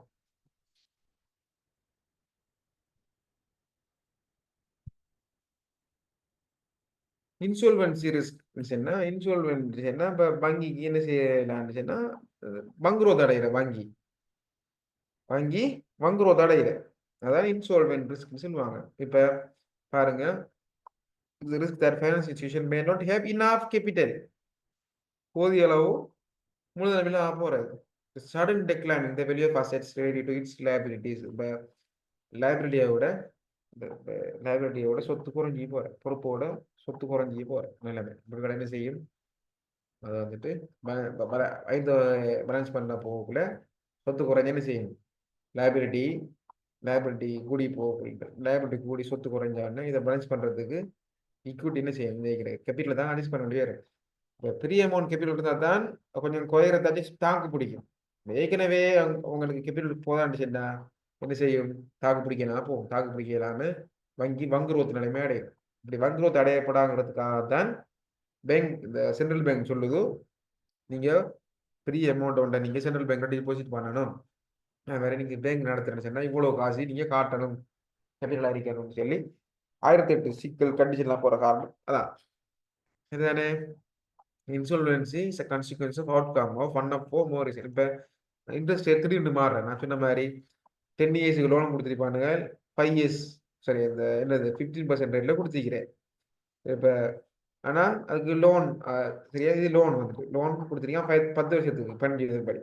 இப்போ இதுக்கு 1 இயர் டிபாசிட் தான் பாவிக்கிட்டு வந்தேன், நாடுற போகிற போக்குள்ள இன்ட்ரெஸ்ட் கூடி இப்போ 30-40 போகும். இப்போ டிபாசிட்டுக்கு 30-40 பே பண்ணப்படுது, ஆனால் இன்ட்ரெஸ்ட் லோன் கிடைக்குது 15%. இப்போ நீ அரைக்கிறாச்சு நட்டம். அப்போ இப்படி என்ன செய்யும், அப்போ சொத்து குறைஞ்சி இது கூடும். மார்க்கெட்டில் வந்துட்டு வாங்கின ஷேர் முழுதும் நட்டம் அடையுது, கொடுத்த கடன் எல்லாம் லொஸ்ட் ஆகுது, ஆஃப் பேலன்ஸ் ஷீட். நிறைய பேர் கேஸ் போட்டு பேங்க் இருந்த காசு எடுத்து போகிறான், வாங்கின டெக்னாலஜி எல்லாம் அவுடேட் ஆகுது, அப்படியே டெக்னாலஜி யாரும் பாவிக்காம இல்லை, ஃபாரின் எக்ஸ்சேஞ்ச் தான் போல ஃபாரின் ரிசர்வ் எல்லாம் வந்துட்டு குறையுது. சோவஜியன் இப்போ வெளிநாடு கடன் கொடுத்த அந்த நாட்டு பங்குரோத் ஆகிட்டு இப்போ திடீர்னா போல பேங்க் வந்து காசுக்கு லிக்விடிட்டி ரிஸ்க். இது ஒரு காரணத்தினாலேயோ அல்லது ஒன்றுக்கு மேற்பட்ட காரணங்களினாலேயோ இந்த நிறுவனங்கள் என்ன செய்யலாம், வங்கிகள் பங்குரோத் நிலைமை அடையலாம். இப்போ இதுக்காக தான் அப்படி வாங்கும்போது அடையப்படாங்கிறதுக்காக தான் ரெகுலேட்டர் சென்ட்ரல் பேங்க் வந்துட்டு சரியான மேனேஜர்ஸ் ஃபோக்கஸ் கேபிட்டல் அடக்குவேஷன் சொல்லுவாங்க.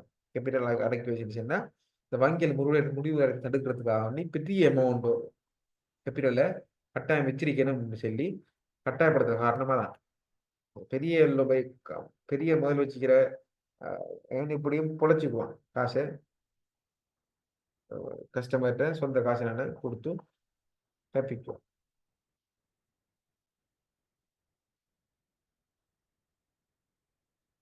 அடுத்த ரிஸ்க் வந்துட்டு இப்போ வேறு ரிஸ்க் விதி அரசாங்கத்தில் கொள்கை மாற ரிஸ்க்கு, அடுத்தது மைக்ரோ எக்கனாமிக் அப்படியான ரிஸ்க்கள் இந்த ஓர் ஏற்படுற நாட்டு ஓர் ஏற்படுற திடீர்னு கலவரம் மாறுறது, நிலநடுக்கம் மாறுறது, அதெல்லாம் வந்துட்டு சாதாரணமாக இந்த ரிஸ்க்குங்கிற அடிப்படையில் அது வேறு ஈவெண்ட் ஸ்பெசிஃபிக் ரிஸ்க். சரியான பூமி வச்சு நடக்குது, மழை வெள்ளம் வந்துட்டு சின்னப்பட்ட ஓர் வந்துட்டு இப்போ உதாரணமாக இந்தியாவும் சைனாவும் சண்டை குடிச்சா இந்தியாவுக்கும் சைனாவுக்கும் ஓர் வந்தாலே இலங்கையில் இடையில இப்போ சைனாக்காரன் அடிச்ச ஒரு குண்டோடு வந்துட்டு என்ன இலங்கையில பாதிச்சாலோ அல்லது இந்தியா அடிச்சு இலங்கையில பாதிச்சோ இதெல்லாம் வந்துட்டு நடக்காம போகலாம். இதெல்லாம் என்ன செய்யுது சட்டுன்னு ஏற்படுற பிரச்சனை. இதுக்கு தனி ரிஸ்க் மேனேஜ்மெண்ட் செய்யறது கஷ்டம்.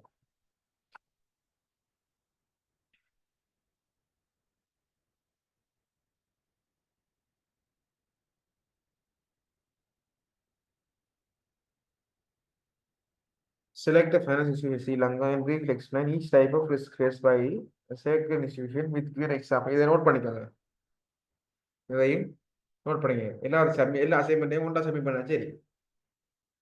சரியா? எல்லாத்தையும் ஒன்றா சப்மிட் பண்ணுங்க. நோட் பண்ணிடுங்க. நோட் பண்ணுங்க இந்த கொஸ்டினை.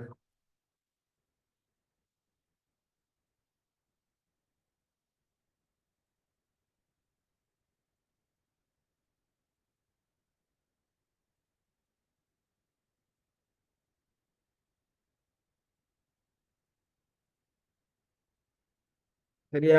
நோட் பண்ணீங்களா? ஆமாம் சார். ரிஸ்கில் எப்படியும் எக்ஸாம் கொஸ்டின் இருக்குமா? அப்போ ரிஸ்க் மேனேஜ் பண்ற எப்படிங்கிறத பார்ப்போம். ரிஸ்க் மேனேஜ்மெண்ட் இப்போ ரிஸ்க் பத்தி படிச்சோம். ரிஸ்க் மேனேஜ் பண்ற எப்படி கண்டிப்பா இங்க பொதுவாக ரிஸ்க் மேனேஜ்மெண்ட்டுக்கு 3 ஸ்டெப் இருக்கு. எங்க படிச்சாலும் எல்லா ரிஸ்க்குக்கும் 3 ஸ்டெப் ஒன்று. ஏன்னா முதலாவது ஸ்டெப் என்னன்னு சொன்னா பாருங்க, முதலாவது என்னென்ன ரிஸ்க் இருக்குங்கிறத அடையாளம் காணணும். ரைட்? முதலாவது ரிஸ்க் அடையாளம் காணணும். அது பிறகு ரிஸ்க் அசஸ் பண்ணணும். இப்போ ரிஸ்க் இப்போ இது சான்ஸ், இந்த ரிஸ்க் வரதுக்கான சான்ஸ். உதாரணமாக இன்ட்ரெஸ்ட் ரேட் அதிகரிக்கிறதுக்கான சான்ஸ் எத்தனை, அதிகமாயினா என்ன நடக்கும். ரைட்? இப்போ மெட்ரிக்ஸ் போட்டுக்கலாம். இப்படி இந்த மெட்ரிக்ஸ் நீங்கள் காண்பிப்பீங்க, இப்படி காண்பிப்பீங்க. உதாரணம் இந்தியாவில் வந்துட்டு ரிஸ்க், சான்ஸ், ப்ரோபபிலிட்டி. ரைட்? இப்போ சில ரிஸ்க் வந்துட்டு ஏற்பட்டாலும் என்னது அது பெருசாக பாதிக்க மாட்டான். சில ரிஸ்க் வந்துட்டு சின்ன ரிஸ்க் தான், சின்ன வகையான ரிஸ்க் தான், ஆனால் என்ன சான்ஸ் கூட, பாதிப்பு கூட குறையன்னு சொல்லி மெட்ரிக்ஸ் போட்டிப்பானு ரிஸ்க் அப்படின்னு சொல்லி. அப்போ என்ன செய்யணும், அதை ரிஸ்கையும் பார்க்கணும், அதுக்கான சான்ஸையும் பார்க்கணும், அதில் பாதிப்பையும் பார்க்கணும். என்ன அதான் ரிஸ்க் மேனேஜ்மெண்ட். முதலாவது என்னென்ன ரிஸ்க் இருக்குன்ற இடம் காணணும். ரெண்டாவது இந்த ரிஸ்க் அதுக்கான சான்ஸ், ப்ரோபபிலிட்டி, வாய்ப்பு. அது பிறகு எந்த ரிஸ்கை நாம முன்னுரிமைப்படுத்துற, முன்னுரிமைப்படுத்துறங்கிற சம்பந்தமாக என்ன செய்யணும், திட்டங்களை மேற்கொள்ளணும். இதுதான் ரிஸ்க் மேனேஜ்மெண்ட்ல பொதுவாக நடக்கிற விஷயம். இப்ப நம்ம பார்த்த என்னென்ன ரிஸ்க், என்னென்ன வகையான ரிஸ்க் இருக்குன்னு சொல்லி எல்லாம் பார்த்துட்டோம். ரைட்? இதுல வந்துட்டு இது படிச்சுட்டோம், இது marketing, reputation risk and governance risk. நீங்க பார்க்கலாம் என்னது ரெப்யூட்டேஷன் ரிஸ்க். என்ன ரெப்யூட்டேஷன் என்னது? ரெப்யூட்டேஷன் என்ன ரெப்யூட்டேஷன்டா?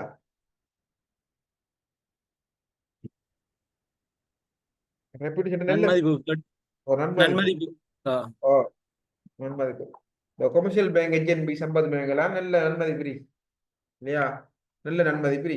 அப்ப மக்கள் எல்லாம் என்ன செய்வாங்க, பேர் டேமேஜ் இல்லை. இப்போ சில பேங்குக்கு உதாரணமாக சொல்லுவோம், எல்பி ஃபினான்ஸ் இருக்கு, அடுத்தது சனசே டெவலப்மெண்ட் பேங்க் இருக்கு, இப்படி பேங்க் எல்லாம் இருக்கு. இது இல்லாமல் வந்துட்டு எப்படி ஹெச்என்பி கமர்ஷியல் பேங்க் கம்பேர் பண்ணாக்குள்ள எப்படி எப்படி பேர் எப்படி இருக்கு? நல்லா இருக்கியா பேர்? சமுர்த்தி பேங்க் நன்றி எப்படி இருக்கு? எப்படி பாக்குற சமுர்த்தி பேங்க்? நீங்க எப்படி பாப்பீங்க? வித்தியாசம் தானே பார்ப்பீங்க. அது ரெப்புடேஷன், ஒவ்வொரு பேங்க் வங்கிக்கும் ஒரு ரெப்புடேஷன் இருக்கு.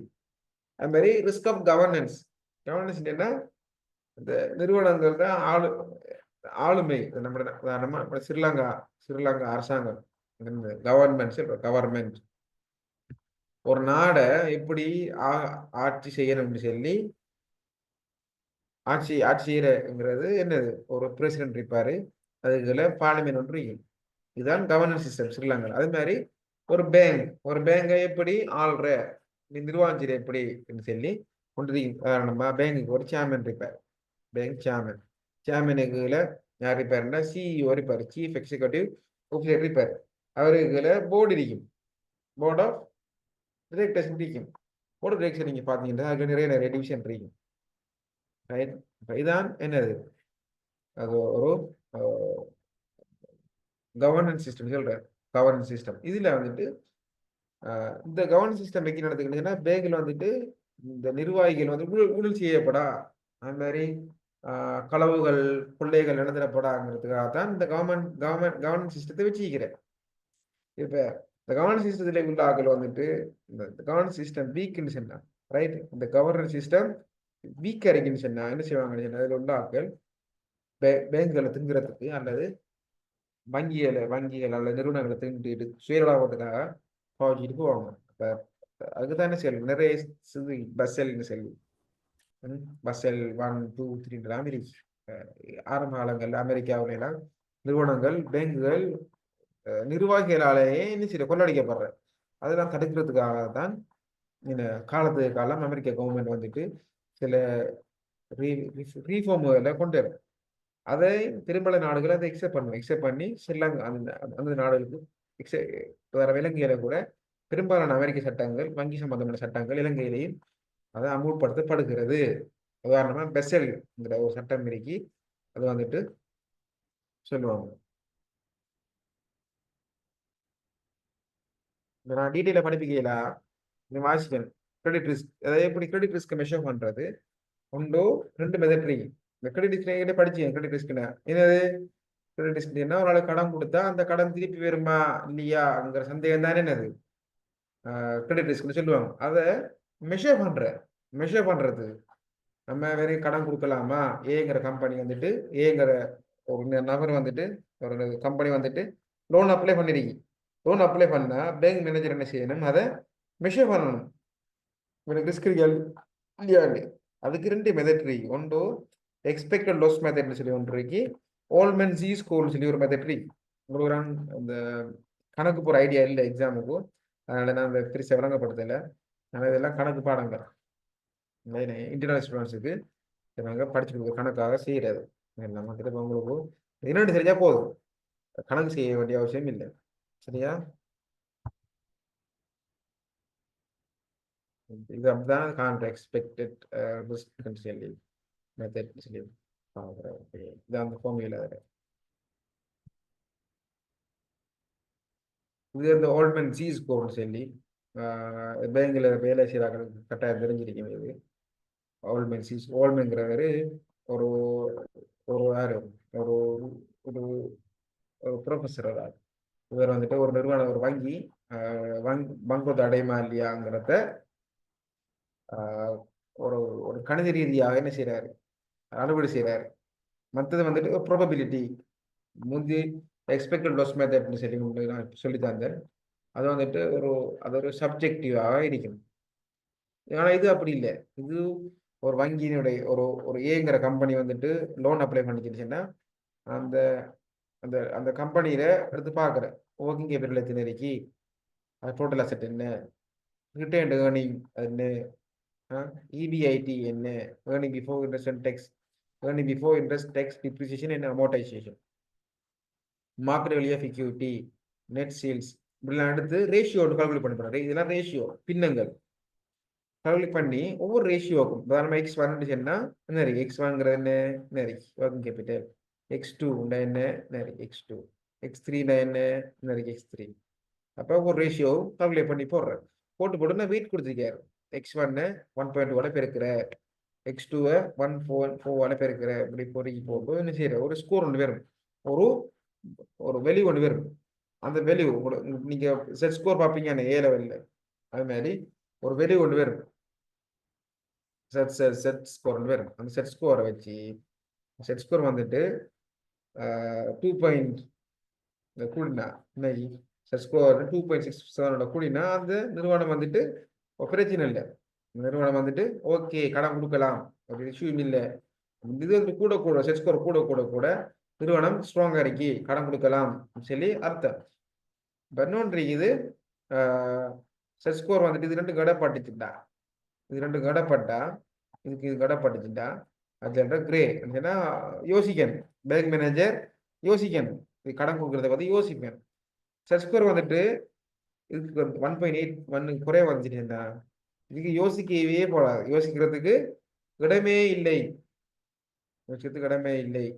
நம்ம கடன் கொடுக்க கூடாது, இதுக்கு யோசிக்கலாம், கொஞ்சம் யோசிக்கலாம். ஆனால் இதுக்கு கடன் கொடுக்கலாம் பாஸ். அப்போ இது இந்த இந்த வந்துட்டு இந்த ஓல்ட்மேன்ங்கிறது இதுல தானே நினைச்சுக்கிறாரு. இந்த பேப்பர் எடுத்து பார்த்தா, ரிசர்ச் பேப்பர் எடுத்து பார்த்தா உங்களுக்கு தெரியும் எப்படி அது புரிஞ்சிருக்கீங்க உருவாக்கப்பட்டது. இன்னும் உதாரணமாக ஒரு கணக்கு செஞ்சு காட்டுறீங்க பாருங்க. நீங்க லிக்விட் ரிஸ்க் அதை எப்படி மேனேஜ் பண்ணலாம் சொன்னா, அதுக்கு நான் நெகரேஷன் தந்த என்ன சொல்லி சொன்னேன்.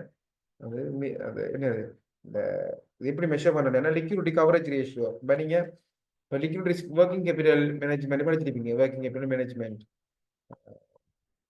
அதில் நீங்கள் நிறைய ரேஷியோ படிச்சிருப்பீங்க. லிக்விட் ரேஷியோ, குயிக் ரேஷியோ படிச்சிருப்பீங்க. அதே மாதிரி பேங்குக்கும் அந்த லிக்விட் ரிஸ்க் மெஷர் பண்ணுறதுக்கு 2 ஃபார்முலா இருக்கு. லிக்விடிட்டி கவரேஜ் ரேஷியோன்னு சொல்லி உண்டு, நெட் ஸ்டேபிள் ஃபண்டிங் ரேஷியோ உண்டு. 2 ரேஷியோ இருக்குது. அந்த ரேஷியோ வச்சு என்ன செய்வாங்கன்னா நிறுவனத்தில் நிலைமை எப்படி இருக்கு, லிக்விட் ரிஸ்க் எப்படி இருக்குன்னு சொல்லி அவங்க அதை கணக்கெடுத்து கொள்வாங்க.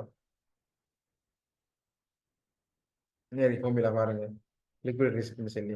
இப்போ நீங்கள் அதை பார்ப்பீங்க, அந்த குயிக் ரேஷியோ காண்றதுக்கு பாவிக்கிற ஃபார்முலா மாதிரி ஒரு ஃபார்முலா தானே இது, சரியா? வந்துட்டு இந்த என்னது கடன் திரவத்தன்மை, high quality liquid assets, total net cash outflow. ஒரு அந்த குறிப்பிட்ட அந்த ஒரு மாதத்துக்கு எவ்வளவு நாம காசு நம்மளோட நிறுவனத்தை விட்டு போகும், வங்கியை விட்டு போகும், நெட் கேஷ் அவுட்ஃப்ளோ போகும். அதுல ஹை குவாலிட்டி லிக்விட் அசெட்ஸ்.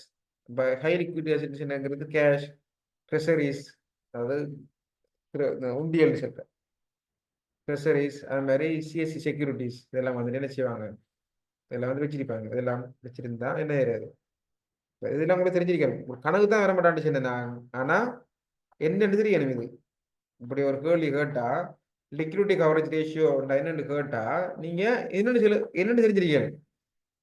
ஆனா என்ன செய்ய மாட்டேன், நான் கணக்கு செய்த ரேஷியோ காணுங்கன்னு கேட்கறதில்ல, ஆனா என்னன்னு கேட்கலாம், சரிதானே? இப்ப டோட்டல் நெட் அவுட்ஃப்ளோ எப்படி காணுவாங்கன்னு சொன்னா, இப்போ டிபாசிட், இப்போ சில அன்ஸ்டேபிள் டிபாசிட் இருக்கு, deposit less stable deposit, right? சில டிபாசிட் இருக்கும் காசு போட்டால் எடுக்க வர மாட்டான், ஒரு காலத்துல வர மாட்டான். சில டிபாசிட் இருக்கு காலத்துல போட்டு பின்னர் எடுத்துருவானு. சலரி எடுக்கிறாங்க, சலரி என்ன சலரி அக்கௌண்ட் வந்த உடனே அவ எடுக்கிறல்ல. சில 2 வகை நாக்கியா, ஒன்று சலரி எடுக்கிறல்ல, சலரி அப்படியே பேங்க்ல கிடக்கும். பார்ட் டைம் ஜாப் செஞ்சு சலரியை அப்படி வச்சு பேங்க் வச்சிருப்பாங்க. பார்ட் டைம் ஜாப் வச்சு அதில் வர இன்கம் வச்சு வாழ்க்கை நடத்துவாங்க. அவங்களாம் வந்துட்டு விட்ரோ பண்ண மாட்டான். பேங்க்கு தெரியும் இது யார சலரி போகுமா போகாதுன்னு தெரியும். அதெல்லாம் வந்துட்டு ஸ்டேபிளான டிபாசிட். இன்னொன்று அன்ஸ்டேபிள் டிபாசிட்ங்கிறது இன்னைக்கு என்ன, சலரி வரும், அடுத்த சலரி கடையில சலரி அவர் அக்கௌண்ட் வந்துட்டு 0 இருக்கும். அதெல்லாம் வந்துட்டு என்ன அன்ஸ்டேபிள். அப்படியான இதெல்லாம் இருக்கு. அப்ப அதெல்லாம் கொஞ்சம் பார்த்துக்கணும். இந்த ஹேண்ட் அவுட் கடும் கிளியரா இருக்கா, டீட்டெயிலா இருக்கு, புக் வாசிக்கிற மாதிரியே இருக்கு. லிக்விடிட்டி கவரேஜ் ரேஷியோ இதுல வந்துட்டு இந்த 3 லெவல் இருக்கு. 3 லெவல் இன்னைக்கு. லெவல் 1ங்கிறது அசைல் level cash central bank reserve எல்லாம் 100க்கு 100 வீதம் தூக்கி அடுக்கலாம். கோஆபரேட் பாண்டுங்கிறது என்னது? மார்க்கெட்ல வாங்கக்கூடிய வைக்கக்கூடிய பாண்டுகள் தேவைப்பட என்ன செய்யலாம்? அதை விற்று காசு ஆக்கலாம். மோட்டேஜியல் இப்போ அடகு, இந்த நிறுவனங்கள் இப்போ பேங்க்ல தங்கத்தை அடகு வச்சு லோன் எடுத்துருப்பா, மோட்டேஜ் பண்ணியிருப்பாங்க, பவுனிங் வச்சிருப்பாங்க. அப்போ பேங்க் காசு தேவை என்ன செய்யலாம் அப்படின்னா அந்த சொத்துக்களை விற்று அந்த காசை பெற்றுக்கொள்ளும். சரிதானே? மோட்டேஜ் அசட்ஸ் மோட்டேஜ் பண்ணியிருப்பாங்க, ஸ்டாக்குகள் அதெல்லாம். இந்த கிளாஸ் தானே லெவல் 1 லெவல் 2 அசட்ஸ். பாருங்க, பசல் 3ங்கிறது அமெரிக்காவில் உருவாக்கப்பட்ட ஒரு இதான இது. அந்த அந்த ஒரு வங்கி வந்துட்டு வாங்குறோ தடையப்படா, லிக்விடிட்டி பிரச்சனை வரப்படாங்கிறதுக்காக பசல் 3ங்கிற ப்ரொபோசல் ஒன்று போட்டாங்க. அதில் ஒரு அம்சம் தான் லிக்விடிட்டி கவரேஜ் ரேஷியோ. அதெல்லாம் சொல்லப்பட்டதான் இது. அந்த நெட் கேஷ் அவுட் ஃப்ளோகள் என்னென்ன வரும், ஹை குவாலிட்டி அசெட்ஸ், லிக்விட் அசெட்ங்கிறது என்னென்ன வரும்ங்கிறது. அப்போ இதன் கீழ் இது போட்டா என்ன வரும்? இந்த ரேஷியோ வரும். அடுத்தது நெட் ஸ்டேபிள் ஃபண்டிங் ரேஷியோன்னு சொல்லி ஒன்று. அடுத்து 2வது ரேஷியோ. இதுக்கு அதில் வாய்ப்பாடு இருந்துச்சுன்னா available amount of stable funding, அது கீழே record amount of stable funding. கிட்டத்தட்ட அதே மாதிரி ஃபார்முலான்னு இது. இது கொஞ்சம் பழைய ஃபார்முலா, அது புதிய ஃபார்முலா. சரியா? கிட்டத்தட்ட ரெண்டும் ஒரே மாதிரி ரேஷியோ தான். என்ன பாருங்க, இந்த சில வந்துட்டு ஹை ஸ்டேபிள் இருக்கும், ரைட்? கேபிட்டல் லைபிலிட்டிஸ் இதில் வந்து 1 இயருக்கு மேற்பட்ட வந்துட்டு ஸ்டேபிளான அசெட்டை இதாக இருக்கும். இப்போ டிபாசிட் எல்லாம் வந்துட்டு என்ன, டிபாசிட்லாம் வந்துட்டு எப்போ கொடுவா எடுப்பான்னு சொல்ல இல்லாது ஸ்டேபிலிட்டி. இப்போ நிறுவனத்தோட கேபிட்டல் வந்துட்டு இக்விட்டி ஷேர் கேபிட்டல்ங்கிறது ஸ்ட்ராங், அது வந்துட்டு காலகாலமாக இருக்கும். அது மாதிரி லாங் டேர்ம் டிபாசிட் வந்துட்டு ஸ்டேபிளானது. அது மாதிரி 1 இயர் குறைஞ்ச டிபாசிட் வந்து ஃபிக்ஸ்ட் டிபாசிட் வந்துட்டு ஓரளவு நார்மலாக இருக்கும். ஹோல்சேல் ஃபண்டிங் சின்ன சிலாக்கள் அந்த காசு சேவிங் பேப்பர்ஸ்க்காக வச்சிருப்பாங்க. இது வந்துட்டு என்னது, காலையில் போடுற பின்னர் எடுக்கிற அப்படி கேஸ். அது மாதிரி என்னது என்கியூம் நம்ம வச்சு பாருங்க. வணக்கம். இந்த ரெண்டுக்குள்ள வித்தியாசம் பாருங்க. லிக்விடிட்டி கவரேஜ் ரேஷியோ என்ன, அதில் ஃபார்முலா இது. இது நெட் ஸ்டேபிள் ஃபண்டிங் ரேஷியோ. இது ரெண்டும் பார்க்க போகல என்ன செய்யுது, கிட்டத்தட்ட ரெண்டும் ஒன்று தான். ஆனால் இது வந்துட்டு கொஞ்சம் லாங் டேர்முக்கு பாய்ப்பாங்க. இந்த ஃபார்முலாவை லாங் டேர்முக்கு பாய்ப்பாங்க. இது வந்துட்டு ஒரு மாதத்துக்குள்ள சின்ன சின்ன மாதத்துக்குள்ள பாய்ப்பாங்க. அதனாலதான் நீண்ட கால சொத்துக்கள், நீண்ட கால பொறுப்புகளை இதில் எடுக்க மாட்டாங்க. ஆனா இந்த ரேஷியோ பாவிக்கும் போது கிட்டத்தட்ட ஒரு 1 இயர் 6 மாதம் 1 இயர் அப்படி பார்த்து தெரியும். 1 வரைக்கும் டைம் ஹொரைசன் வந்து 1 இயர் வரைக்கும். இந்த டைம் ஹொரைசன் வந்துட்டு 30 டேஸ்க்குள்ள சின்ன கேப்புக்குள்ள செஞ்சு வருவாங்க. அதெல்லாம் நம்ம இன்ட்ரெஸ்ட் ரேட் ரிஸ்க் எப்படி மேனேஜ் பண்ணலாம்னு பார்ப்போம். பாருங்க, பேங்க்ல பாத்தீங்கன்னு சொன்னா பேங்க்ல வந்துட்டு மெயினா இன்கம் வந்துட்டு பாருங்க இப்பதான் இருக்கு. பேங்க்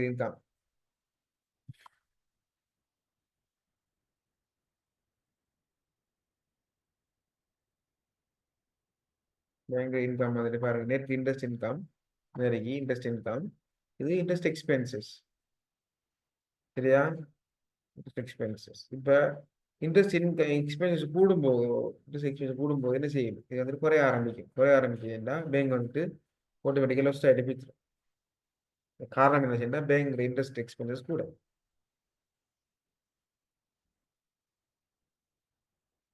இது எப்படி இன்ட்ரெஸ்ட் ரேட் அந்த பார்க்குற விஷயம்னா, இன்ட்ரெஸ்ட் மேனேஜ் பண்ணுறதுக்கு இன்ட்ரெஸ்ட் ரேட் ரிஃபர்ஸ் வொலாட்டிலிட்டி. இப்போ ரேஷியோ அடிப்பாங்க, நெட் இன்ட்ரெஸ்ட் இன்கம் மார்ஜின். இப்போ மார்ஜின் கூட இப்போ உதாரணமாக இப்போ விற்பனை செய்கிற நிறுவனம் அல்லது வாங்கி விற்கிற நிறுவனம் என்ன செய்யுதுன்னா, இப்போ 100 ரூபாய்க்கு வாங்கி 120 ரூபாய்க்கு விற்கும். இதில் மார்ஜின் என்ன? மார்ஜின் என்ன 100 ரூபாய்க்கு வாங்குற பொருள் 120 ரூபாய்க்கு விற்கிற கம்பெனியில கொள்கை என்னது, மார்ஜின் எத்தனை வீதம்? 20 வீதம். அது மாதிரி பேங்க் என்ன செய்யணும்னா, இந்த இன்ட்ரெஸ்ட் ரேட் உதாரணமாக 10 வீதத்துக்கு இன்ட்ரெஸ்ட் டிபாசிட் கொடுத்தா 20% என்ன செய்யும், லோன் கொடுக்கும். இப்போ 10% வந்துட்டு 10% வந்துட்டு கிட்டத்தட்ட இதில் ப்ராஃபிட் அரைக்கும். 10% கிட்ட 100% தான் இது டபுள். இப்போ சில பேர் போட்டிங் காரணமாக என்ன செய்யணும்னா பேங்குகள் டிபாசிட்டுக்கு இன்ட்ரெஸ்ட்டை கூட்டி இன்ட்ரெஸ்ட்டுக்கு டிபாசிட்டுக்கு இன்ட்ரெஸ்ட்டை கூட்டி லோனுக்கு குறைப்பாங்க. குறைக்க என்ன செய்ய வேண்டியதுன்னா இது 10 இருந்தது 15 ஆகும், 20 இருந்தது 18 ஆகும். பாருங்க மார்ஜின் வந்துட்டு குறைய போகல என்ன செய்யும், சம்டைம் மார்க்கெட்டில் வந்துட்டு ஒரு எக்ஸ்போசர் ஆயினா இது கூடி நிற்கும், திருப்பி இன்னும் கூட போய் இது இன்னும் இறங்கி என்ன செய்யும் வந்துட்டு மார்ஜின் குறைய போய் இப்போ நெட் இன்ட்ரெஸ்ட் ரெவன்யூ வந்துட்டு குறைஞ்சி இன்ட்ரெஸ்ட் எக்ஸ்பென்ஸ் கூடிச்சின உடனே பேங்க் வந்துட்டு போகிற வாய்ப்பு இருக்கு. அது இன்ட்ரெஸ்ட் ரேட்டை மெஷர் பண்ணுறதுக்காக யூஸ் பண்ணுற ஃபார்முலா தான் interest rate, net interest margin, அந்த ஃபார்முலா.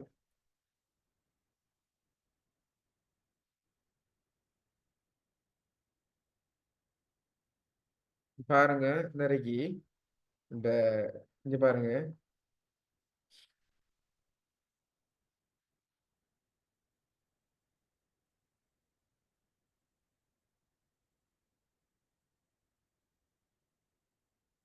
காலம் போக போக என்ன செய்யணும், காலம் இது வந்துட்டு பேங்க் லோன் கொடுத்தா அது கொடுக்குற இன்ட்ரெஸ்ட். இந்த காஸ்ட் ஆஃப் ஃபண்டுங்கிறது டிபாசிட் பண்றாங்களுக்கு கொடுக்குற இன்ட்ரெஸ்ட். இப்ப நம்ம இது 20% இது 10%. என்ன பாருங்க மார்ஜின் ஸ்ப்ரெட் எதுல இருக்கு, மார்ஜின் கூட.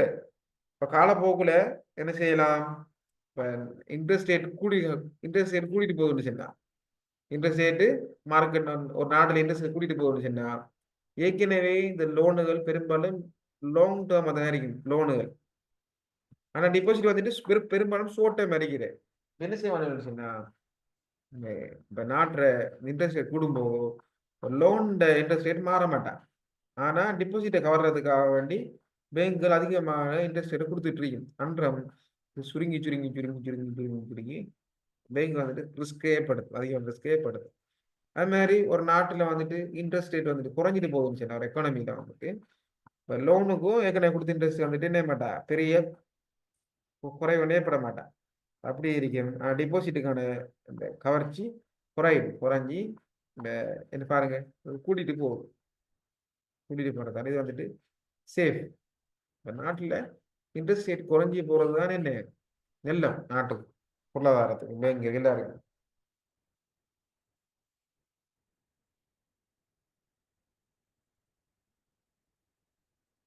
இப்ப ஒரு நாட்டுல ஒரு வங்கியில அந்த இதை பார்க்கறதுக்கு 3 வகையான இன்ட்ரெஸ்ட் ரேட்டை மெஷர் பண்றதுக்கு 3 வகையான அனாலிசிஸ் செய்வாங்க. ஒன்று கெப் அனாலிசிஸ், அடுத்தது டியூரேஷன் அனாலிசிஸ், அடுத்தது ரெக்ரெஷன் அனாலிசிஸ். இதை நான் வழங்கப்படுத்த போனான்னு ஒரு 4 மணி தேர்தல் தேவைப்படும்.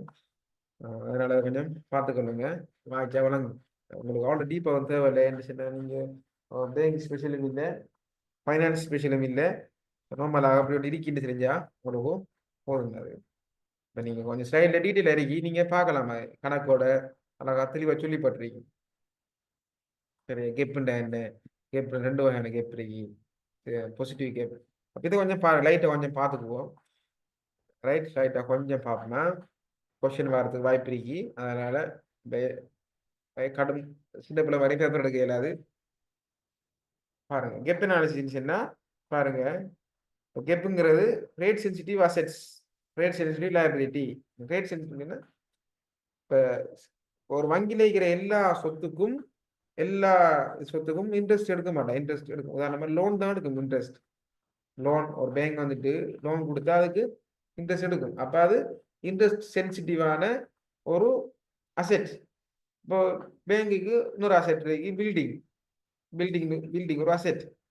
இது வந்துட்டு என்னது வட்டியினை உழைக்குமா, அது வட்டி உழைக்காது. அதே மாதிரி இதுவும் இருக்கும், பொறுப்புகளையும் இருக்கும். இப்போ பேங்குக்கு டிபாசிட் இருக்கு, இந்த டிபாசிட் வந்துட்டு கஸ்டமர் தான் டிபாசிட், அது வந்துட்டு என்ன செய்யும், இன்ட்ரெஸ்ட் ரேட் மாறும்போது இந்த டிபாசிட்டும் மாறும், டிபாசிட்டுக்கு கொடுக்குற இன்ட்ரெஸ்ட் ரேட்டும் மாறும். அதே மாதிரி பேங்குக்கு இன்னும் சில லைபிலிட்டி, உதாரணமா என்னது கேபிட்டல் அதில் கேபிட்டல் அல்லாட்டி ரிசர்வ்ல சென்ட்ரல் பேங்க் ரிசர்வ் இதுக்கெல்லாம் பெருசா வட்டியில நெய்ய மாட்டான் கிடைக்க மாட்டான். இப்ப எல்லாத்தையும் நம்ம கணக்கெடுக்கிற இல்லை. இதுல பாக்குறது rate sensitive assets, rate sensitive liability. எந்தெந்த சொத்துகள் எந்தெந்த பொறுப்புகள் வந்துட்டு இன்ட்ரெஸ்ட் ரேட் மாறும்போது பாதிக்கப்படுமோ அந்த சொத்துக்களுக்கு பொறுப்புகள் தான் நம்ம எடுக்கணும்.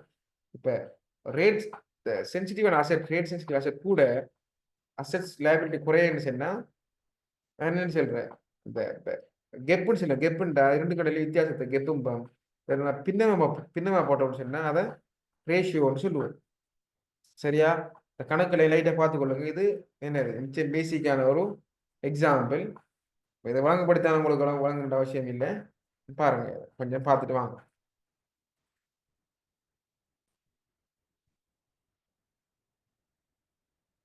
இந்த மாதிரி பாருங்க, பாசிட்டிவ் கேப்னா அசெட் கூட வரைக்கும் லைபிலிட்டி குறையும். அப்ப எப்பயும் அசெட் கூட இருந்துச்சுன்னா நமக்கு சேஃப், அசெட் கூடண்டா சேஃப் வரைக்கும். அதே மாதிரி ரேட் சென்சிட்டிவ் அசெட் குறைய, ரேட் சென்சிட்டிவ் கூட இருந்துச்சுன்னா நெகட்டிவ் கேப்.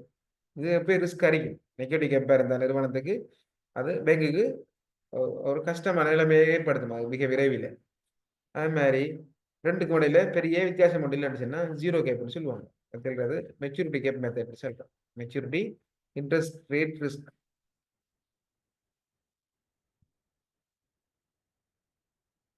இப்போ என்ன அதை வாசிக்கிறேன்டா நீங்க என்ன செய்யலாம், விக்கிபீடியா இருந்து காப்பி பண்ணி போட்டுருக்கீங்க, நீங்க வாசிச்சு பார்க்கலாம். கணக்கும் போட்டிருக்கேன் அது சம்பந்தமாக.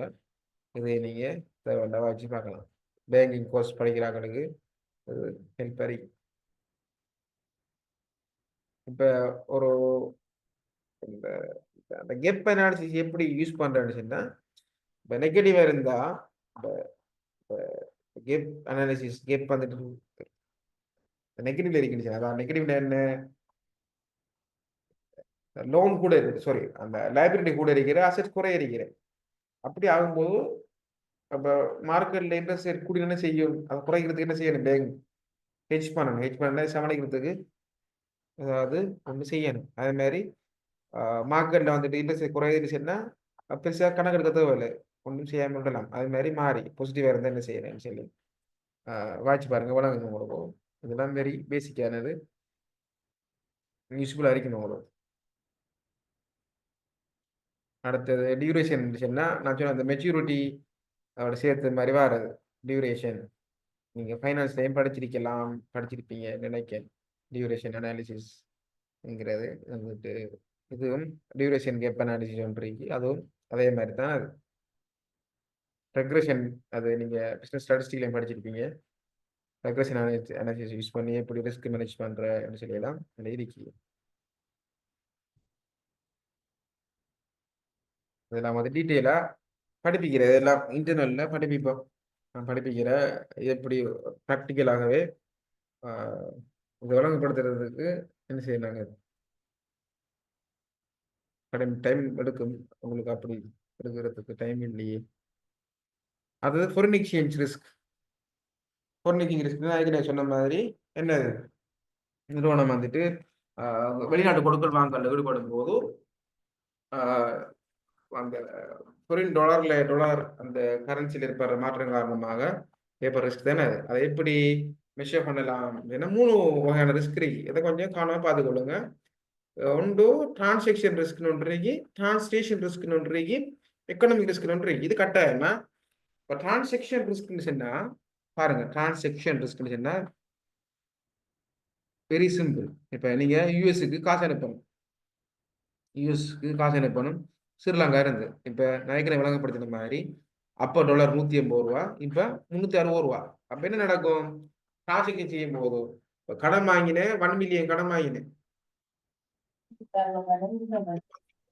மற்ற கடனை கொடுக்க வேண்டிய இருக்கும். கொடுக்கும்போது டாலர் வந்துடுது 6 மந்த்துக்குள்ள டபுள் ஆனது போகிறோம். நீங்க 1 மில்லியன் டாலருக்கு 180 மில்லியன் கொடுக்க வேண்டி இருந்தது 360 மில்லியன் கொடுக்க வேண்டி வருது. ஆனா டாலர் பார்க்க போகல சேம் 1 மில்லியன் டாலர் தானே அது. ஆனா என்ன செய்யுது, அது அப்படி ஆயிடுச்சு. சரியானே?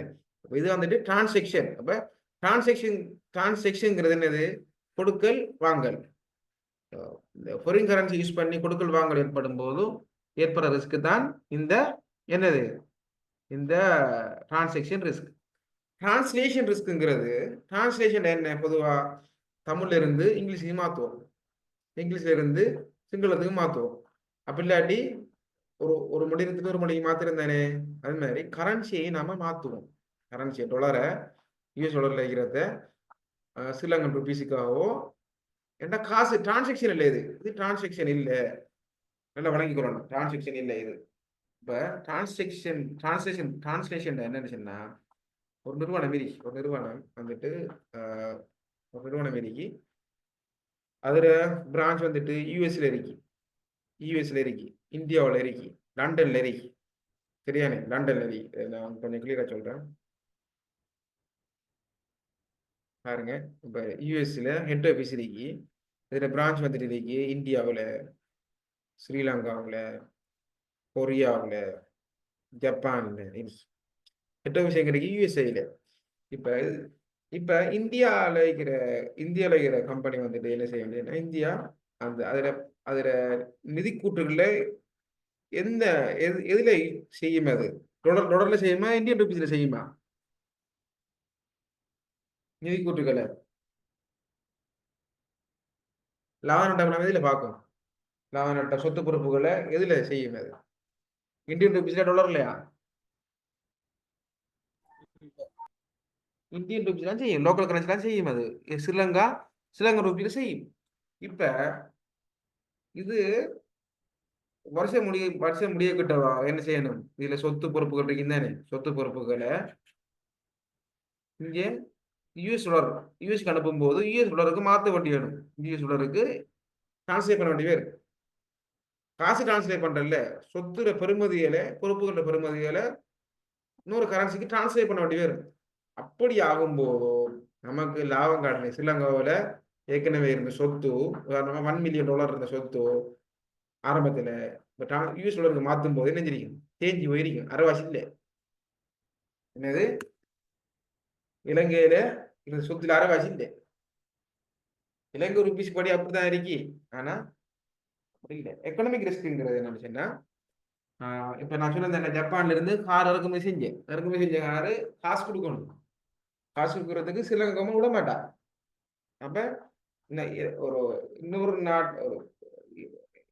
சர்வதேச வர்த்தகத்துல அந்த அந்த அரசாங்கத்தில தலையீடின் காரணமாக அந்த பொருள் எக்ஸ்சேஞ்ச் வந்துட்டு பரிமாற்றம் இல்லாம இருக்கும். விதத்தின்றது எக்கனாமிக் ரிஸ்க். சரிதானே?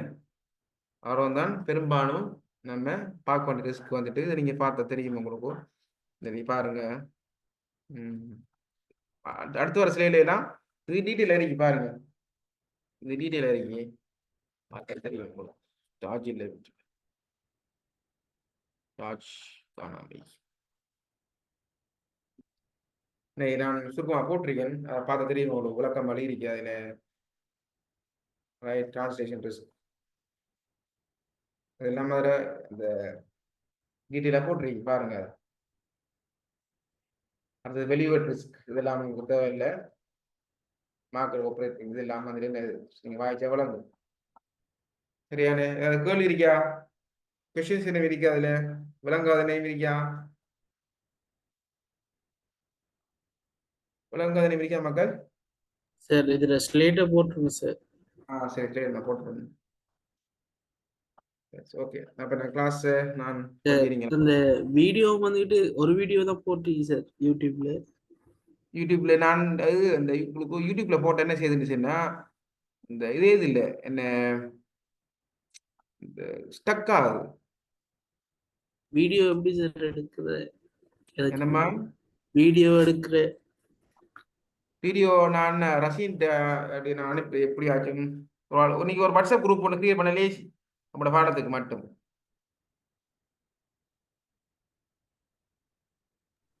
நம்மளோட பாடத்துக்கு மட்டும் வாட்ஸ்அப் குரூப் ஒன்று கிரியேட் பண்ணீங்கன்னா நம்மளோட ஷேர் பண்ணிக்கலாம். இல்லாட்டி ஒரு ஆள் கேட்டீங்கன்னா தருவேன் நான். அப்படி சார் கிடைச்சிட்டா உங்களுக்கு?